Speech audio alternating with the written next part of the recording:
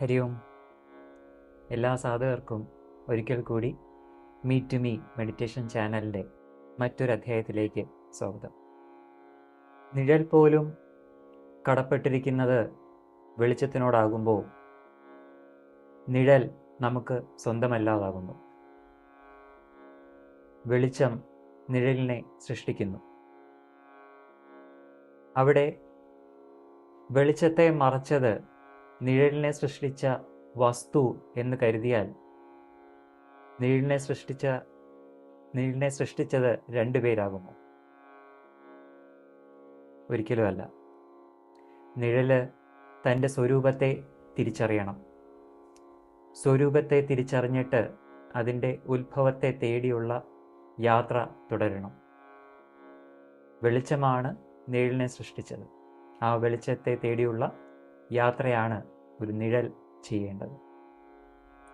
ഔദൂജിയുടെ ശൂന്യമായ വാക്കുകൾ എന്ന രചനയിൽ നിന്നും എടുത്ത ഈ ചിന്താശകലത്തെ മനനം ചെയ്തുകൊണ്ട് നമുക്കിന്നത്തെ സത്സംഗത്തിലേക്ക് കടക്കാം. ഇന്ന് നമ്മൾ എത്തിച്ചേർന്നിരിക്കുന്നത് കോഴിക്കോടുള്ള മീൻചന്ത വട്ടക്കിണർ എന്ന് പറയുന്ന സ്ഥലത്താണ്. ഈ സ്ഥലത്ത് എത്തിപ്പെടാൻ ഉള്ള ഒരു പ്രധാന കാരണം ഈ പ്രദേശത്തെ പുണ്യമാക്കുന്ന ഒരു ഋഷീശ്വരനായ കോഴിക്കോട് ബാബ എന്നറിയപ്പെടുന്ന ആ മഹാത്മാവിനെ പരിചയപ്പെടാൻ വേണം, കൂടുതൽ അദ്ദേഹത്തെ കൂടുതൽ നമ്മളിലേക്ക് എത്തിക്കാനും വേണ്ടിയിട്ടാണ്. അദ്ദേഹത്തിൻ്റെ ആശ്രമം എന്ന ഭവനത്തിൽ ആണെന്ന് മീറ്റ് മീ മെഡിറ്റേഷൻ ചാനലിലെ സാധകർ എത്തിയിരിക്കുന്നത്. ഔദൂജിയോടൊപ്പം നമുക്ക് അദ്ദേഹത്തെ, ബാബാജിയെ നമുക്ക് നമ്മുടെ സത്സംഗത്തിലേക്ക് സ്വാഗതം ചെയ്യാം. നമസ്കാരം. രാജ്യത്തിൽ സാധാരണ ഒരു മനുഷ്യനെ പോലെ നാം പല ജോലികളും ചെയ്തു ബിസിനസ്സിലൊക്കെ ഇറങ്ങി. റിയൽ എസ്റ്റേറ്റുകൾ, സ്വത്തുക്കൾ വാങ്ങുക, പീസായിട്ട് കൊടുക്കണം. റിയൽ എസ്റ്റേറ്റിൽ വന്ന് ആ റിയൽ എസ്റ്റേറ്റിൽ നിന്നും ചെയ്ത് അങ്ങനെ മുന്നേറിക്കൊണ്ടിരിക്കും. നല്ല വിജയിച്ച് മുന്നേറിക്കൊണ്ടിരിക്കുമ്പോൾ ചില ഗുരുക്കന്മാരെ എന്തോ ഓട്ടോമാറ്റിക്കായിട്ട് ബന്ധപ്പെട്ട് പോയി. അവരിൽ നിന്ന് ചില അറിവുകളും ചില കർമ്മങ്ങളുമായിട്ട് മുന്നോട്ട് പോകുമ്പോൾ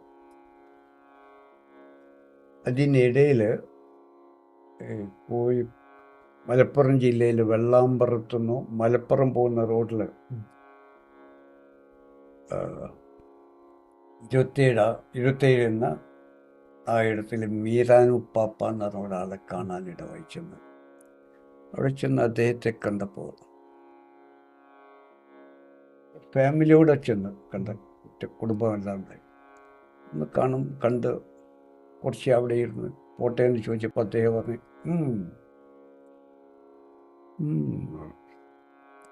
നമ്മൾ ചോദിച്ചു എന്താ അദ്ദേഹം പിന്നെ അവിടെ ഇരുന്ന് മറുപടി കിട്ടിയില്ലല്ലോ. കുറേ അവിടെ ഇരുന്നിട്ട് പിന്നെയും കുറേയൊക്കെ കഴിഞ്ഞിട്ട് ചോദിച്ച് നമ്മൾ പോട്ടെ എന്ന്. അപ്പോഴും പറഞ്ഞു പിന്നെയും കുറേ ഇരുന്ന് കുറേ കഴിഞ്ഞപ്പോൾ ചോദിച്ചു പോട്ടെ നമ്മൾ പോവാന്ന് എന്ന് പറഞ്ഞു. അപ്പം നമ്മൾ വിചാരിച്ച അദ്ദേഹത്തിൻ്റെ രീതി അതായിരിക്കാം എന്ന് കരുതി നമ്മൾ എഴുന്നേറ്റ് പോകുമ്പോൾ അവിടെ ഉണ്ടായിരുന്ന ആളുകൾ പറഞ്ഞു, നിങ്ങളോട് അല്ല പോണ്ടെന്ന് പറഞ്ഞത്. അദ്ദേഹം എന്തോ ഉദ്ദേശിച്ചായിരിക്കും പോണ്ടെന്ന് പറഞ്ഞത്. ഇനി നിങ്ങൾ പോയാൽ നിങ്ങൾക്ക് ബുദ്ധിമുട്ടാവുന്നു. അപ്പം നമ്മൾ പേടിയായി. അപ്പോൾ നമ്മൾ അവിടെ തന്നെ ഇരുന്നു. നമ്മളോട് പോണ്ടെന്ന് പറഞ്ഞു, അതുകൊണ്ട് ഇനി പോയാൽ ബുദ്ധിമുട്ടാവുമെന്ന് തോന്നി. അങ്ങനെ അവിടുന്ന് കുറേ കഴിഞ്ഞതിന് ശേഷം 1/4 മണിക്കൂർ കഴിഞ്ഞതിന് ശേഷം നമ്മൾ വീണ്ടും ചോദിച്ചു പോട്ടെ. കാരണം കുട്ടികളെ രാവിലെ സ്കൂൾ പറഞ്ഞയച്ചിട്ട് വൈകുന്നേരം കുട്ടികൾ തിരിച്ചു വരാൻ ഉദ്ദേശിച്ചാണ് വന്നത്. അപ്പോൾ വീട്ടിലെ വയസ്സായ മാതാവ് മാത്രമേ ഉള്ളൂ. അതുകൊണ്ട് നമ്മൾ പോട്ടെ എന്ന് ചോദിച്ചപ്പോൾ പറഞ്ഞ് അരി തീരട്ടെ. അരി തീരട്ടെ. മനസ്സിലായില്ല എന്താ അരി തീരെന്ന് പറഞ്ഞു. അങ്ങനെ അവിടുന്ന് കുറേ അരി തീർന്നിട്ട് പോയാൽ മതി എന്ന് പറഞ്ഞു. അപ്പോൾ വീണ്ടും അവിടെ ഇരുന്ന് കുറേ കഴിഞ്ഞപ്പോൾ, 1 മണിക്കൂർ കഴിഞ്ഞപ്പോൾ വീണ്ടും ചോദിച്ചു. നമ്മൾ ശ്രദ്ധ മുഴുവനും വീട്ടിലേക്ക് തിരിച്ചു വരിക, കണ്ടല്ലോ എന്നോട്. ഇനിയും കുറേ കഴിഞ്ഞ് വീണ്ടും ചോദിച്ചപ്പോൾ പറഞ്ഞ അരി തീരട്ടെ. അപ്പോൾ വീണ്ടും ഇപ്പം നമ്മൾ നോക്കി അവിടെ എന്താ അരിയേറ്റുണ്ടാവുക, അരിയേറ്റം വേവിച്ചിട്ട് അത് തിന്ന് തീർന്നിട്ട് പോകാമെന്നാണോ അദ്ദേഹം ഉദ്ദേശിച്ചത്. അരിയൊക്കെ നോക്കിയപ്പോൾ നെല്ലിൻ്റെ ചെറിയ ചാക്കിൽ വായ കെട്ടിയിട്ട് കുട്ടിക്കെട്ടിയിട്ട് അവിടെ വെച്ചിട്ടുണ്ട്. ഇതൊക്കെ വേവിച്ച് തിന്ന് തീർന്നിട്ട് പോകാമെന്നാണോ എന്നൊക്കെ നമ്മൾ മനം ഒന്നും അറിയില്ലല്ലോ. നമ്മൾ കണക്ക് കൂട്ടുക. കണക്ക് കൂട്ടി കുറേ കഴിഞ്ഞു രാത്രിയായി. രാത്രിയായപ്പോൾ റോഡ് സൈഡിലായിരിക്കുന്നത് കേട്ടോ. റോഡ് സൈഡിലാണ് ഇങ്ങനെ കൂടിയിരിക്കുക. അപ്പോൾ രാത്രിയായപ്പോൾ നമ്മൾ വിചാരിച്ചു രാത്രിയായില്ലേ, രാത്രിയായി. കുറേ കഴിഞ്ഞപ്പോൾ വീണ്ടും ചോദിച്ചു. അപ്പോഴും പറഞ്ഞ അരി വീട്ടെ. പിന്നെ ബസ് ഉണ്ടായി. ഒരു 8-9 മണിക്ക് ആ കാലത്ത്, ഒരു 35 കൊല്ലം മുമ്പ്, ആ കാലത്ത് 8-9 മണിക്ക് ആ ലൈൻ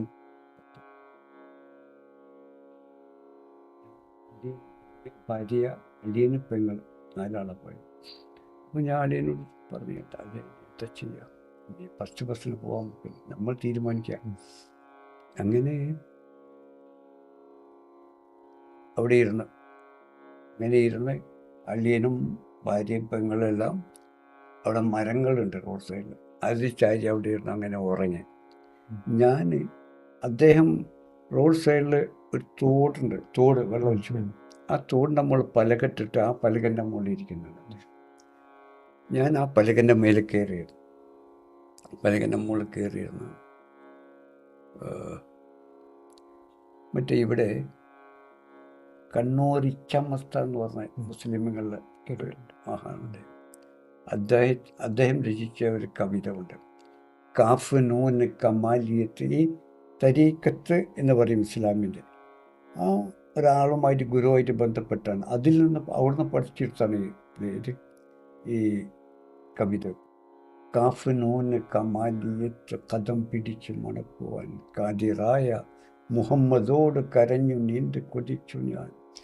ആഫിയത്ത് തടിക്ക് കൽബിലും ആക്കി ദീനിലെടുക്കുവാൻ ആദരക്കനി സയ്യിദ് ഹളറത്ത് നല്ല മുഹമ്മദ. എന്നിട്ട് പറയുന്നത്, പിന്നെ സൂഫിയായ മക്കാമിലാകെ സുഫൂഫിലെന്നെ വളർത്തണേ, സാദിഖിൻ്റെ സമാധി മരണം, സാദിഖിൻ്റെ സമാധി തന്നിലും സൗമ കൊണ്ട് മടക്കണേ എന്ന് പറഞ്ഞിട്ടുള്ള കവിത അങ്ങനെ ചൊല്ലി മുഴുവനാവും മുന്നേ ഞാൻ ഹൃദയത്തിൽ ആത്മാർത്ഥമായിട്ടാണ് ചോദിക്കുന്നത്, എന്നെ ദൈവത്തിലേക്ക്, യാഥാർത്ഥ്യത്തിലേക്ക് കൊണ്ട് ചേർക്കണേ എന്നാണ് ഈ പറയുന്നത്. എന്നെ സമാധി ആക്കി, എന്നെ ദൈവികമാക്കി തീർക്കണേ എന്ന് പറയുന്ന ഹൃദയം കൊണ്ട് ആഗ്രഹിച്ചു. ഞാൻ കരഞ്ഞ് അദ്ദേഹത്തെ കെട്ടിപ്പിടിച്ചു. അങ്ങനെ അവിടെ ഇരുന്ന് കുറേ കരഞ്ഞുപോയി. അങ്ങനെ പിന്നെ അദ്ദേഹത്തോടൊപ്പം തന്നെ അവിടെ എങ്ങനെയായിരുന്നു അങ്ങനെ കുറേ കഴിഞ്ഞപ്പോൾ നേരം വെളുത്ത് വരുന്നു. സമയം പോയത് അറിഞ്ഞില്ല. നേരം വെളുത്ത് വരുന്നു. നേരം വെളുത്തപ്പോൾ ആളുകളൊക്കെ വന്ന് കൂടി, പുറത്തുള്ള ആളുകൾ അദ്ദേഹത്തെ കാണാൻ. അങ്ങനെ ഞാൻ ആ പലയിൽ നിന്ന് താഴെ ഇറങ്ങിയിരുന്നപ്പം ഭക്ഷണം രാവിലെ വീട്ടിൽ നിന്ന് കഴിച്ചു പോയതാണ്. അന്ന് ഭക്ഷണം കഴിച്ചിട്ടില്ല. പിന്നെ രാത്രി ഉറങ്ങിയിട്ടില്ല. ആ വിശപ്പും ഉറക്കും എല്ലാം ചേർന്ന് ഞാൻ അവശനാണ്. കണ്ണെങ്ങനെ മാളിപ്പോകും. വെളിച്ചം വന്നപ്പോൾ, സൂര്യൻ വെച്ച് വെളിച്ചം വന്ന് കണ്ണ് മാളി. അങ്ങനെ ഞാൻ റോഡ് സൈഡിൽ ഇറങ്ങിയിരുന്നു ആളുകൾ വന്നപ്പോൾ. അങ്ങനെ അവിടെ തെങ്ങിൻ്റെ ഓല മുടഞ്ഞിട്ട് അവിടെ ഇട്ടിട്ടുണ്ട്. 2-3 ഓലുണ്ട്. അതിൻ്റെ മുകളിൽ ചെന്നിരുന്നപ്പോൾ ഇങ്ങനെ കണ്ണ് മാളി. രാവിലെ ഫസ്റ്റ് ബസ് വരുമ്പോൾ തന്നെ അലിയൻ വന്ന് ചോദിച്ചിട്ടു, വീരാണി പാപ്പനോട് ചോദിച്ചു, നമ്മൾ പോട്ടേന്ന്. അപ്പോഴും പറഞ്ഞ രീതിയിലിട്ട് അപ്പോൾ കുടി പോകാൻ കഴിയാതെ വന്ന്. അപ്പോൾ അങ്ങനെ ഇരിക്കുക. ഞാൻ ആ ഓലയുടെ മേലെ ചെന്നിരുന്നു. അവിടെ തടുക്ക് എന്ന് പറയാം. ഓലയുടെ മേലെ കയറി ചെന്നിരുന്ന് അങ്ങനെ കണ്ണ് മാളിയപ്പോൾ ഞാൻ മലർന്ന് കിടന്നു. ഓലയുടെ മുകളിൽ കൈ ബാക്കിൽ വെച്ച് ഇങ്ങനെ മലർന്ന് കിടന്നു. മലർന്ന് കിടന്നപ്പോൾ ആകാശത്തേക്ക് നോക്കി മലർന്ന് കിടക്ക ആകാശം നോക്കിയപ്പോൾ മേഘങ്ങൾ പലതും തോന്നി. മേഘങ്ങളിൽ ആരൊക്കെ ഇരിക്കുന്ന പോലെയൊക്കെ തോന്നി. അങ്ങനെ ഇരിക്കുമ്പോൾ ആകാശത്തിൽ നിന്നുണ്ട് ഒരു പ്രകാശം, നമ്മുടെ പഴയ ട്യൂബിൻ്റെ വണ്ണത്തിൽ ആകാശത്തു നിന്ന് അങ്ങനെ പ്രകാശം ഇങ്ങനെ വന്നുകൊണ്ടിരിക്കുക എൻ്റെ നേരെ. അപ്പോൾ ഞാൻ അതിനെ വലിച്ചെടുത്തുകൊണ്ടിരിക്കുക. കാരണം ആകാശത്തു നിന്ന് വരുന്ന ഒരു പ്രകാശം ദൈവികമാണ്, ദൈവത്തിൻ്റെ പ്രകാശമാണ്, ആ ജ്യോതിയാണ് എന്നുള്ള കാഴ്ചപ്പാടിൽ ഞാൻ ആ പ്രകാശത്തെ വലിച്ചെടുത്തുകൊണ്ടിരിക്കും. എനിക്ക് അങ്ങോട്ട് നോക്കാനോ ചോദിക്കാനോ ഒന്നും ശ്രദ്ധയില്ല. കാരണം ദൈവികമായ ആ പ്രകാശത്തെ വലിച്ചെടുത്ത് ദൈവികമാവാനുള്ള ശ്രമമുള്ള ഞാൻ ആ പ്രകാശത്തെ തന്നെ വലിച്ചെടുത്തുകൊണ്ട് ഞാനിരുന്നു. പിന്നെ അങ്ങോട്ടൊന്നും ഇങ്ങോട്ടും നോക്കുന്നില്ല, ഒരു വിഷയത്തിലേക്ക് പോകുന്നില്ല. അങ്ങനെ ഇരുന്ന് കുറേ കഴിഞ്ഞപ്പോൾ അലിയം വന്ന് പറഞ്ഞു, അലിയ, മീറാൻ പാപ്പ കിടന്ന് ഉറങ്ങിയെന്ന്. 10 മണിയായി മീരാൻ പാപ്പ കിടന്ന് ഉറങ്ങിയെന്ന് പറഞ്ഞു. അപ്പോൾ 10 മണിക്ക് അദ്ദേഹം ഇതുപോലെ ഉറങ്ങാറില്ലല്ലോ. അങ്ങനെ കിടന്ന് ഇങ്ങനെ കൈ വെച്ചിട്ട് ആ ഇരിക്കുന്നിടത്തുനിന്ന് തന്നെ ഇതുപോലെ ചെരിഞ്ഞ് അവിടെ കിടന്ന് ഉറങ്ങാണ്. ഞാൻ അലിയനോട് പറഞ്ഞു, ഇനി അദ്ദേഹം ഉണരട്ടെ എന്ന് പറഞ്ഞു. അങ്ങനെ അദ്ദേഹം ഒരു 3:30 മണിയായപ്പോൾ ഉണർന്നു. ഞാൻ ഈ ശ്വാസം ഈ പ്രകാശത്തെ വലിച്ചെടുത്തുകൊണ്ടേയിരിക്കുകയായിരുന്നു. ഞാൻ പ്രകാശത്തിൽ മുഴുകിയ പ്രകാശത്തെ വലിച്ചിട്ട് അതിൽ തന്നെ എന്താണ് പറയുക, മുഴുകിയിരിക്കുക. അങ്ങനെ 3:30 മണി അല്ല, കുറേ കഴിഞ്ഞപ്പോൾ അളിയൻ പറഞ്ഞു, അളിയ വീരൻ പാപ്പ ഉണർന്നിരിക്കുന്നു. അപ്പം ഞാൻ ഒന്ന് നോക്കിയപ്പോൾ ചുവന്ന കണ്ണ്, ഉറങ്ങിയ ചുവന്ന കണ്ണുമായിട്ട് അദ്ദേഹം ഇങ്ങനെ നോക്കിയിരിക്കുന്നുണ്ട്. ഞാൻ കുറേ അവിടെ അടുത്തുള്ള ഒരു സ്ത്രീനെ വിളിച്ചിട്ട് എന്തോ പറഞ്ഞു. ആ സ്ത്രീ റോഡിൻ്റെ വടക്ക് ഭാഗത്തേക്ക് പോയി. അങ്ങനെ ആ സ്ത്രീ വടക്ക് ഭാഗത്തേക്ക് പോയി. കുറേ കഴിഞ്ഞപ്പോൾ സ്ത്രീനെ കാണാത്തതുകൊണ്ടായിരിക്കാം മീരാൻ പാപ്പി എഴുന്നേറ്റ് അവിടെ ആ ഭാഗത്തേക്ക് പോയി. അപ്പോൾ ഞങ്ങളും അവിടെ കൂടിയിരുന്നവരെല്ലാം ആ ഭാഗത്തേക്ക് അങ്ങനെ പോയി അദ്ദേഹത്തിൻ്റെ കൂടെ. അങ്ങനെ അടുത്ത സ്റ്റോപ്പിൽ, അവിടെ അടുത്ത സ്റ്റോപ്പിന് പിലാക്കൽ എന്ന് പറയും. പിലാക്കൽ സ്റ്റോപ്പിൽ എത്തിയപ്പോൾ ഒരു ഓല കൊണ്ട് കെട്ടിയ ഒരു ചായക്കട. ആ ചായക്കടൻ്റെ മുന്നിൽ നിന്നു. അപ്പോൾ അവിടുന്ന് ഒരാൾ ഇറങ്ങി വന്നു. അയാളെടുത്ത് എന്തോ ചില്ലറ പൈസ എടുത്ത് കൊടുത്തു, എന്തോ പറഞ്ഞു. അങ്ങനെ മീരാനും പാപ്പ ഈ റോഡിൻ്റെ പടിഞ്ഞാറേ ഭാഗത്തുനിന്ന് കിഴക്കേ ഭാഗത്തേക്ക് പോയി. ഞങ്ങളും അപ്പുറത്തേക്കും പോയി. അപ്പോൾ അവിടെയുണ്ട് ഇതുപോലെ ഒരു തോടും അതിൻ്റെ മുകളിൽ പലയിട്ടിട്ട് അവിടെയുണ്ട് അദ്ദേഹത്തിന് ഇരിക്കാനുള്ള ഇടം. അദ്ദേഹം തോട്ടുന്ന കൈയും കാലൊക്കെ കഴുകി ആ പലകൻ്റെ മേലെ ഇരുന്ന് കയറിയിരുന്നു. ഞാൻ ഇതിൽ തന്നെയാണ്, ആ പ്രകാശത്തെ വലിച്ചെടുത്തുകൊണ്ട് തന്നെ ഇരിക്കുന്നു. അപ്പോൾ ആകാശത്തു നിന്ന് ഒരു കയറ് പോലെ പ്രകാശം വന്നുകൊണ്ടേയിരിക്കുകയാണ്. അതിനെ ഞാൻ വലിച്ചെടുത്തുകൊണ്ടേയിരിക്കുകയാണ്. അപ്പോൾ കുറച്ച് കഴിഞ്ഞപ്പോൾ ആ പൈസ കൊടുത്ത് ഏൽപ്പിച്ച ആൾ വന്നു. ഒരു പായും വേറെ എന്തൊക്കെയോ സാധനം എന്നോട് പറഞ്ഞു, മീരാൻ പാപ്പ, ആ പായ് അദ്ദേഹം ഇരിക്കുന്ന പലകൻ്റെ സൈഡിൽ ആ പായ് ഇവിടെ ഇട്ടോ, അവിടെ ഇരുന്നോ എന്ന് പറഞ്ഞു. അപ്പോൾ അവിടെ കൂടിയിരുന്ന ആളുകൾ പറഞ്ഞു, നമ്മളെ ഭാര്യനോടും അളിയനോടും പറഞ്ഞു, നിങ്ങൾക്ക് ആൾ പോയിട്ടോ, അദ്ദേഹം അവിടെ കുടിയിരുത്തി. ഇവരാകെ പേടിയായി. ഇവരെൻ്റെ കൈയും പിടിച്ചിട്ട് ബസ് സ്റ്റോപ്പിലേക്ക് പോയി. ബസ്സും കയറിയിട്ട് നമ്മൾ ഇവിടെ പോന്നു. അന്ന് ഇവിടുന്ന് 2 സ്റ്റോപ്പ് അപ്പുറം പന്നിയാങ്കരായിരുന്നു. ഞാൻ ആ ബസ് സ്റ്റോപ്പ് വരെ കൈ പിടിച്ച ഒരു കുഞ്ഞിൻ്റെ മാതിരി ഇവരെ കൂടെ നടന്നു. ബസ് കയറി. ബസ്സൊന്നും വീട്ടിലെത്തിയിട്ടുമൊക്കെ ഞാൻ ആ പ്രകാശം എന്നോടൊപ്പം തന്നെ എന്നിലേക്ക് അങ്ങനെ വന്ന് കയറിക്കൊണ്ടേയിരിക്കുക. അങ്ങനെ വീട്ടിലെത്തി. വീട്ടിൽ മുകളിലാണ് എൻ്റെ മുറി. ഞാൻ മുകളിൽ എൻ്റെ മുറിയിൽ പോയി കിടന്നു. ആ പ്രകാശത്തെ വലിച്ചെടുത്തുകൊണ്ടേയിരിക്കുക. അങ്ങനെ അന്നത്തെ ദിവസം കഴിഞ്ഞ് പിറ്റേന്ന് നമ്മൾ ഈ ലാൻഡ് വാങ്ങി കുറേ 5 സെൻറ്റും 6 സെൻറ്റും 10 സെൻറ്റും ഒക്കെ ആയിട്ട് മുറിച്ച് കൊടുത്തുകൊണ്ടിരിക്കും. പല ആളുകൾക്കും കൊടുത്ത് എഗ്രിമെൻ്റ് ആക്കി പൈസ വാങ്ങിയിട്ട്. പിന്നെ അതിൻ്റെ ഓണറോട് വലിയ സംഖ്യ കൊടുത്തിട്ട് നമ്മൾ എഗ്രിമെൻ്റ് ആക്കി വെച്ചിരിക്കുക. എന്നിട്ട് പീസായിട്ട് കൊടുത്തിട്ട് ഒന്നായിട്ട് പൈസ ചെയ്യാതെ. ഈ ആളുകളൊക്കെ ഓരോ കാര്യത്തിന് സംസാരിക്കാൻ വന്നു. ഇതുപോലെ ഒരു ഓഫീസും പോലെയാണ് അവിടെ വെച്ചിട്ടാണ് നമ്മൾ ബിസിനസ്. അപ്പോൾ ആളുകൾ വന്ന്, അപ്പോൾ നമ്മുടെ മാതാവ് വന്ന് പറഞ്ഞു, ഇങ്ങനെ ഇന്ന ആളുകൾ വന്നിട്ടുണ്ട്, എന്നെ കാണാൻ വിളിക്കുന്നുണ്ട്. അപ്പം ഞാൻ പറഞ്ഞു ഞാൻ വരുന്നില്ല, എൻ്റെ അനിയനോടോ അളിയനോടോ പോയി സംസാരിക്കാൻ. കാരണം അവരും എൻ്റെ ബിസിനസ്സിൽ ഞാൻ കൂട്ടി അവരുടെ സഹായത്തോടു കൂടി ഞാൻ ബിസിനസ് ചെയ്തു. അപ്പോൾ അവർ കൂടുതൽ പിന്നെ ബിസിനസ്സിനെ പറ്റി പഠിച്ചിട്ടില്ല. അപ്പോൾ അവർ വന്ന് പറഞ്ഞു, നമുക്കറിയില്ല എന്ത് അവരോട് സംസാരിക്കണം, എങ്ങനെ പറയണം, എന്താണ് അവസ്ഥ ഒന്നും അറിയില്ല, അതുകൊണ്ട് നിങ്ങൾ തന്നെ പോകണം. ഞാൻ പറഞ്ഞു ഞാനില്ല എന്ന് പറഞ്ഞു. ഞാൻ ഇതിന് മുഴുകിയിരിക്കുക. ഇത് വിട്ടിട്ട് എനിക്ക് ഒന്നിനും പോകാൻ വയ്യ. ഒരു ബിസിനസ്സും പണം ഒരു എൻ്റെ ഭാഗ്യത്തിന് ഒരു കാര്യം വേണ്ട. അങ്ങനെ അതിന് മുഴുകി.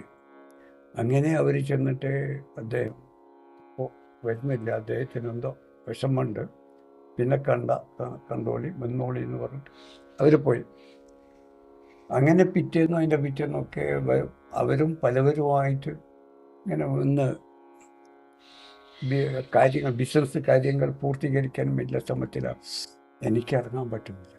അങ്ങനെ പ്രശ്നമായി. ജനങ്ങളും കച്ചവടം ചെയ്തു വെച്ച ആളുകളും നമ്മളെ കുടുംബക്കാരും എല്ലാം വേണ്ടി ഇറങ്ങി പ്രശ്നമായി.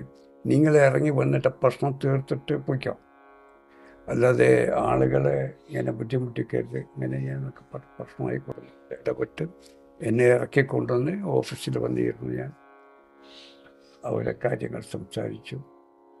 അങ്ങനെ ഓരോന്ന് ആ നാളെ ചെയ്യുക, അല്ലെ ഇന്ന് ചെയ്ത് അങ്ങനെ പ്രശ്നം പരിഹരിക്കാൻ ഇറങ്ങി. ആ പ്രശ്നമായിട്ട് മുന്നോട്ട് പോയി. ഈ പ്രകാശത്തിൻ്റെ ശ്രദ്ധ വിട്ടുപോയി. പിന്നെ പ്രകാശം കട്ടായി.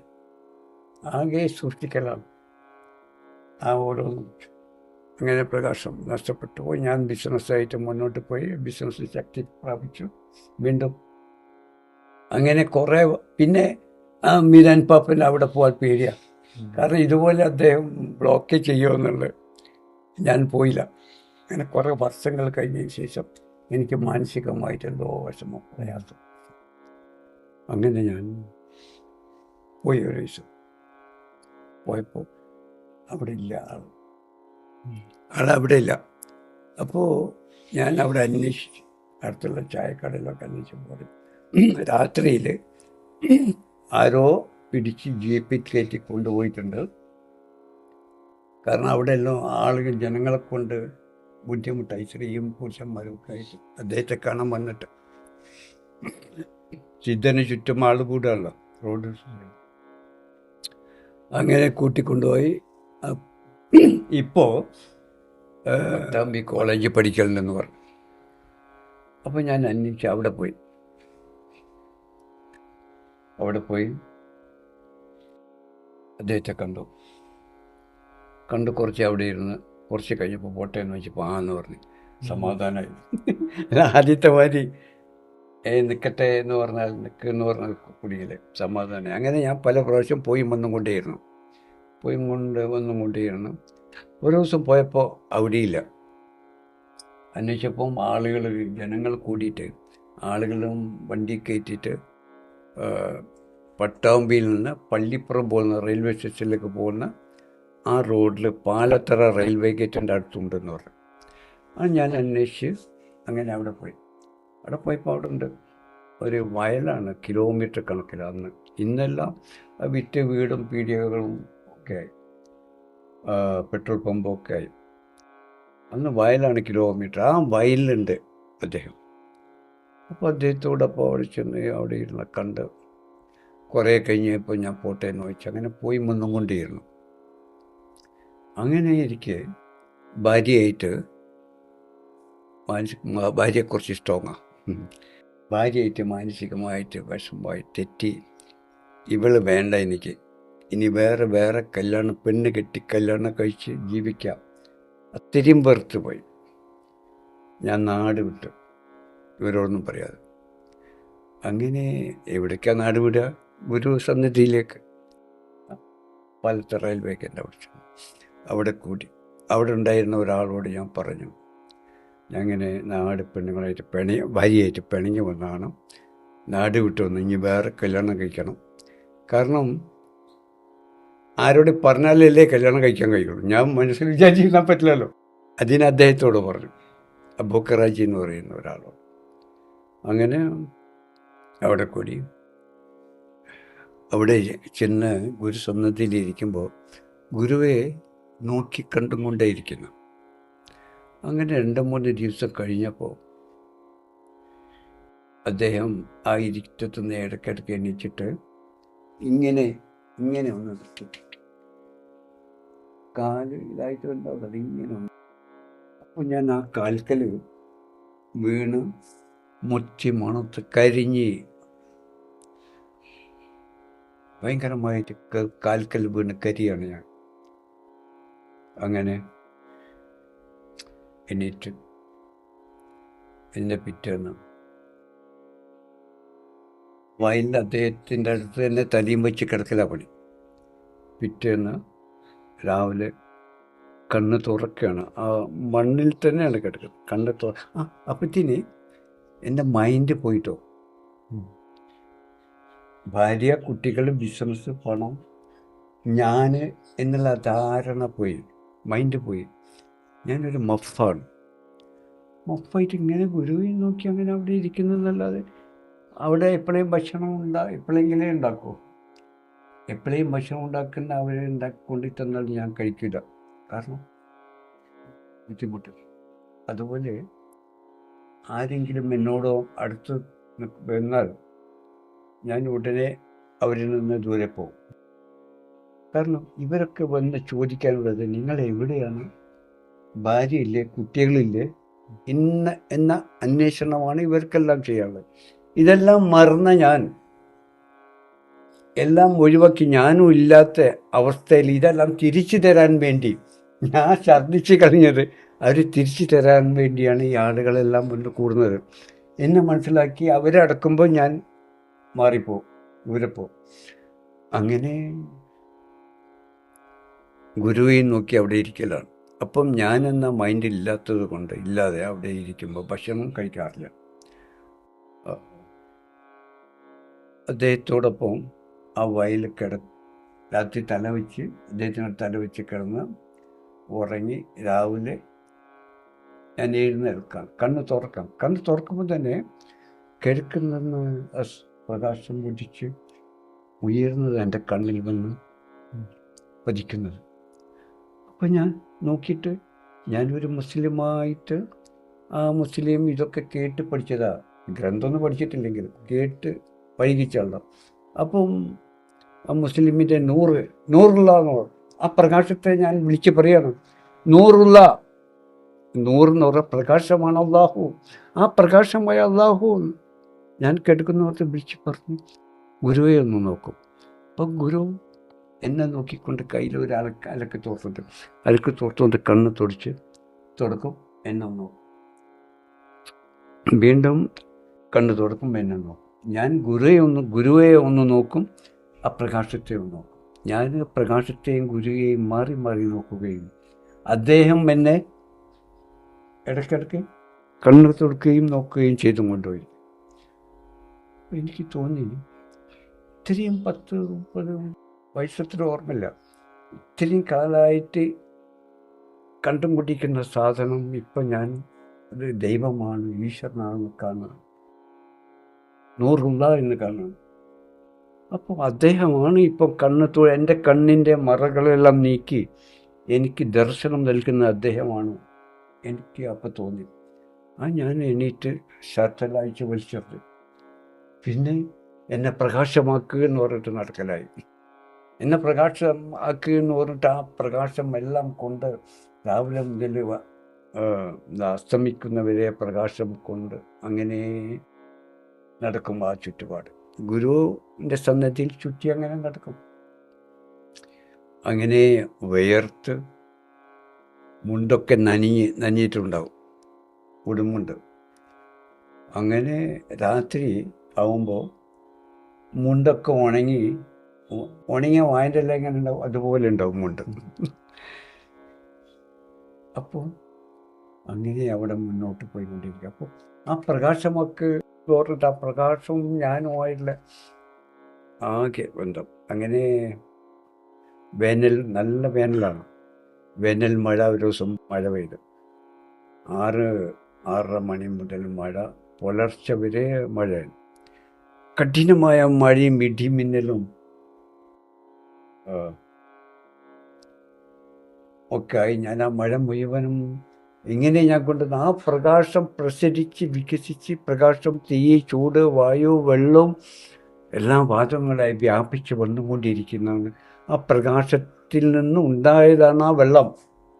അല്ലാതെ വെള്ളമോ മറ്റേ ഇടിമിന്നലോ ഒന്നും ഒരു വസ്തുവില്ല ഇവിടെയെല്ലാം. ആ ജ്യോതിയിൽ നിന്ന്, ജ്യോതി എന്ന് പറയും, ആ ജ്യോതിയിൽ നിന്നുള്ളതാ.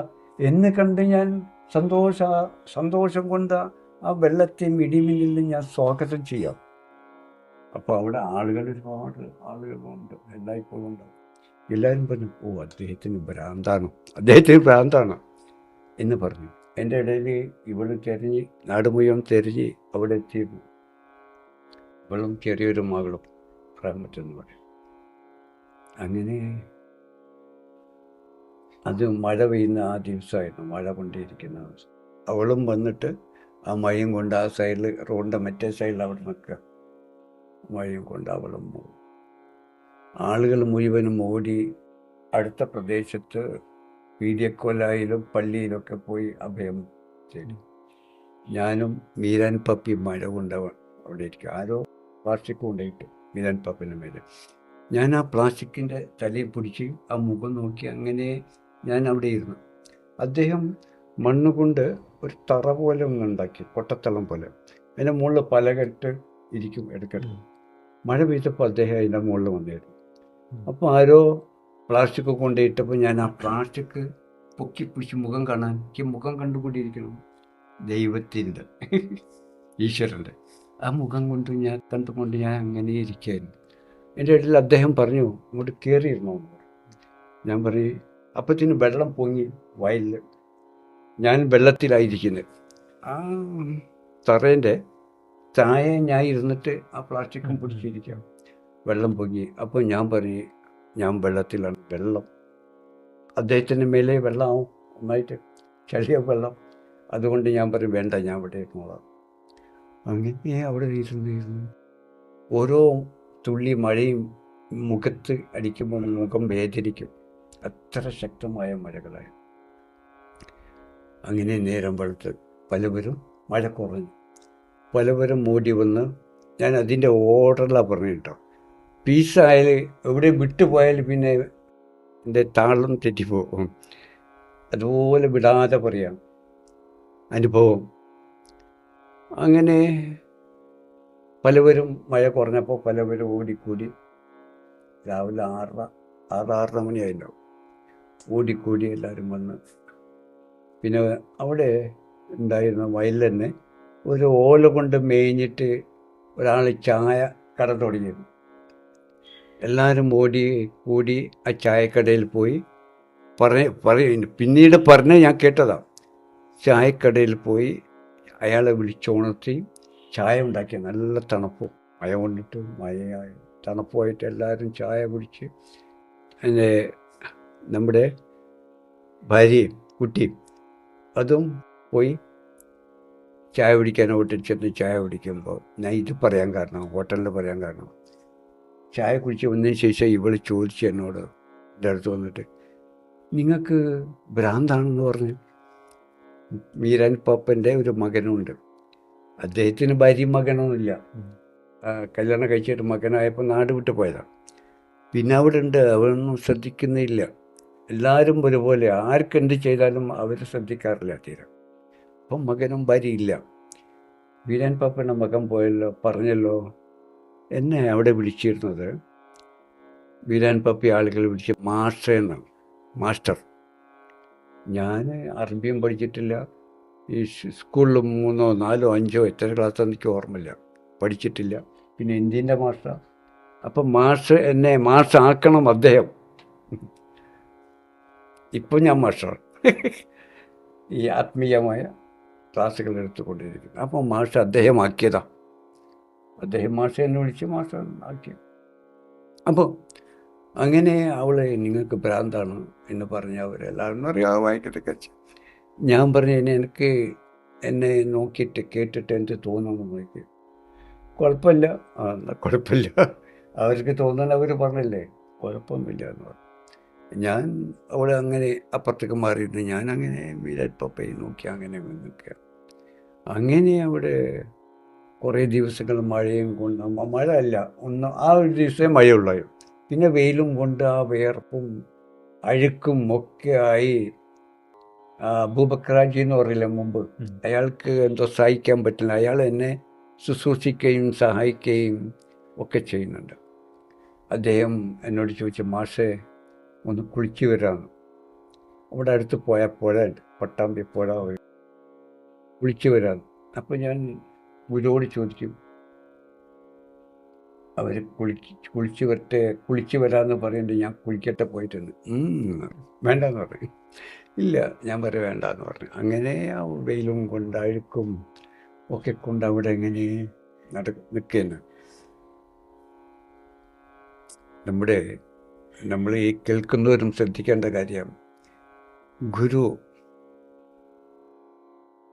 ഈശ്വരൻ, അള്ളാഹു, ആ ഗുരുവെ ദർശിച്ചുകൊണ്ട്, ഗുരുവെ കണ്ടുകൊണ്ട്, ആ ഗുരുവെ അടിസ്ഥാനമായി ലക്ഷ്യം കൊണ്ട് ഗുരുവെ ചുറ്റി അവിടെ തന്നെ നിൽക്കുകയാണ്. ഇതാണ് അടിസ്ഥാന ഘടകം. അപ്പം ആ ഗുരുവാണ് ആദ്യേ ആ 27 ഫാമിലിയോടെ ചെന്നപ്പോൾ അവിടുന്ന് അദ്ദേഹം കണ്ട് തീരുമാനിച്ചു, ഇദ്ദേഹത്തെ എന്ത് ചെയ്യണമെന്ന്. സാധാരണമായി അതുകൊണ്ടല്ലോ ഒന്നും അറിയാത്ത നമ്മളോട് പോകണ്ടെന്ന് പറഞ്ഞ് പിടിച്ച് വെച്ചതും അരി തീരട്ടെ എന്ന് പറഞ്ഞത്. അന്ന് ആകാശത്തു നിന്ന് ആ ട്യൂബ് പോലെ ആ പ്രകാശം ഇറങ്ങി വന്ന ഒരു കയറ് പോലെ ഇറങ്ങി വന്ന് ഞാൻ ശ്വസിച്ചുകൊണ്ടിരുന്ന് അത് കട്ടായി ബിസിനസ്സിലേക്ക് ഇറങ്ങിയപ്പോൾ. പിന്നെ ആ പ്രകാശത്തിൻ്റെ ഉത്ഭവത്തിലേക്കാണ് ഇപ്പം കൊണ്ടെത്തിച്ചത്. അന്ന് വന്ന പ്രകാശവും ഉത്ഭവം ഇതായിരുന്നല്ലോ, ആ ജ്യോതി. നമ്മളെ ഉപനിഷത്തുകളിൽ ജ്യോതി, ഓംകാരം എന്നൊക്കെ പറഞ്ഞ ആ പ്രകാശമാണ്. അറബിയിൽ 100 എന്ന് പറഞ്ഞതും, അതുപോലെ ബുദ്ധൻ പറഞ്ഞതും നിങ്ങളൊരു പ്രകാശത്തെ കണ്ടെത്തുക എന്നും, അങ്ങനെ ബാക്കി ബുദ്ധൻ പറയുന്നൊക്കെ ഈ എല്ലാ മതങ്ങളും എല്ലാ ദൈവികമായവരും പ്രകാശത്തെ കണ്ടെത്താനാണ് പറഞ്ഞത്. പക്ഷെ അവരാരും പ്രകാശത്തെ കാണിച്ചു കൊടുക്കുന്നില്ല. പ്രകാശത്തെ കണ്ടെത്താനും പ്രകാശമായി തീരാനും ഒക്കെ പറയുന്നു. ഞാൻ അങ്ങനെ ആ പ്രകാശം ആയി അങ്ങനെ മുന്നോട്ട് പോയിക്കൊണ്ടേയിരിക്കുമ്പോൾ നമ്മുടെ ഗുരു സമാധിയായി. ഞാൻ മനസ്സിലാക്കുന്ന സമാധി ആത്മാവ് ശരീരത്തിൽ നഷ്ടപ്പെടുമ്പോഴല്ല സമാധി. ഞാനൊരു മനുഷ്യനാണെന്ന തലത്തിൽ നിന്ന് ഞാൻ ആ ജ്യോതിയാണ്, ആ പ്രപഞ്ചവും അർദ്ധനാരീശ്വരന ശിവനും ആ ശിവ അവതാരവുമായി മനുഷ്യതലത്തിൽ നിന്ന് ശിവാവതാരമായി മാറുന്നതാണ് സമാധി എന്നാണ് എൻ്റെ അനുഭവം. അപ്പോൾ സാധാരണ ആളുകൾ ആത്മാവ് നഷ്ടപ്പെട്ടാൽ സമാധിയായി എന്ന് പറയും. ആ ഭാഷ തന്നെ ഞാൻ ഉപയോഗിക്കാം. അദ്ദേഹം സമാധിയായി. അങ്ങനെ അദ്ദേഹത്തെ മകൻ, അവിടുന്ന് അദ്ദേഹത്തിൻ്റെ മകൻ്റെ ഒരു 5 സെൻറ്റ് സ്ഥലവും ഒരു ഓല വീടും ഉണ്ടായിരുന്നു. അവിടെ കൊണ്ടുപോയി വീട്ടിലെ സൈഡിൽ മറവ് ചെയ്തു. പിന്നെ എല്ലാവരും അങ്ങോട്ടായി. അപ്പോൾ തേനീച്ചൻ്റെ റാണി പോകുന്നോട്ടൊക്കെയുള്ള എല്ലാ തേനീച്ച പോകുന്ന പോലെ എല്ലാവരും അവിടെ ക്യാമ്പായി. അവനും കുടുങ്ങി.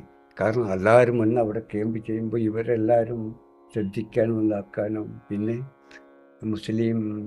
മുസ്ലിമുകളുടെ എന്താണ് മതപരമായുള്ള ആളുകളും വന്ന് കൂടി അവർക്ക് വലിയ എന്നും ഒക്കെ പേരിട്ടിട്ട് ദൈവികമായവരാണ് അവരെ പരിപാലിക്കാനും ഇതാക്കാനും ഒക്കെ ആളുകൾ വന്ന് കൂടി.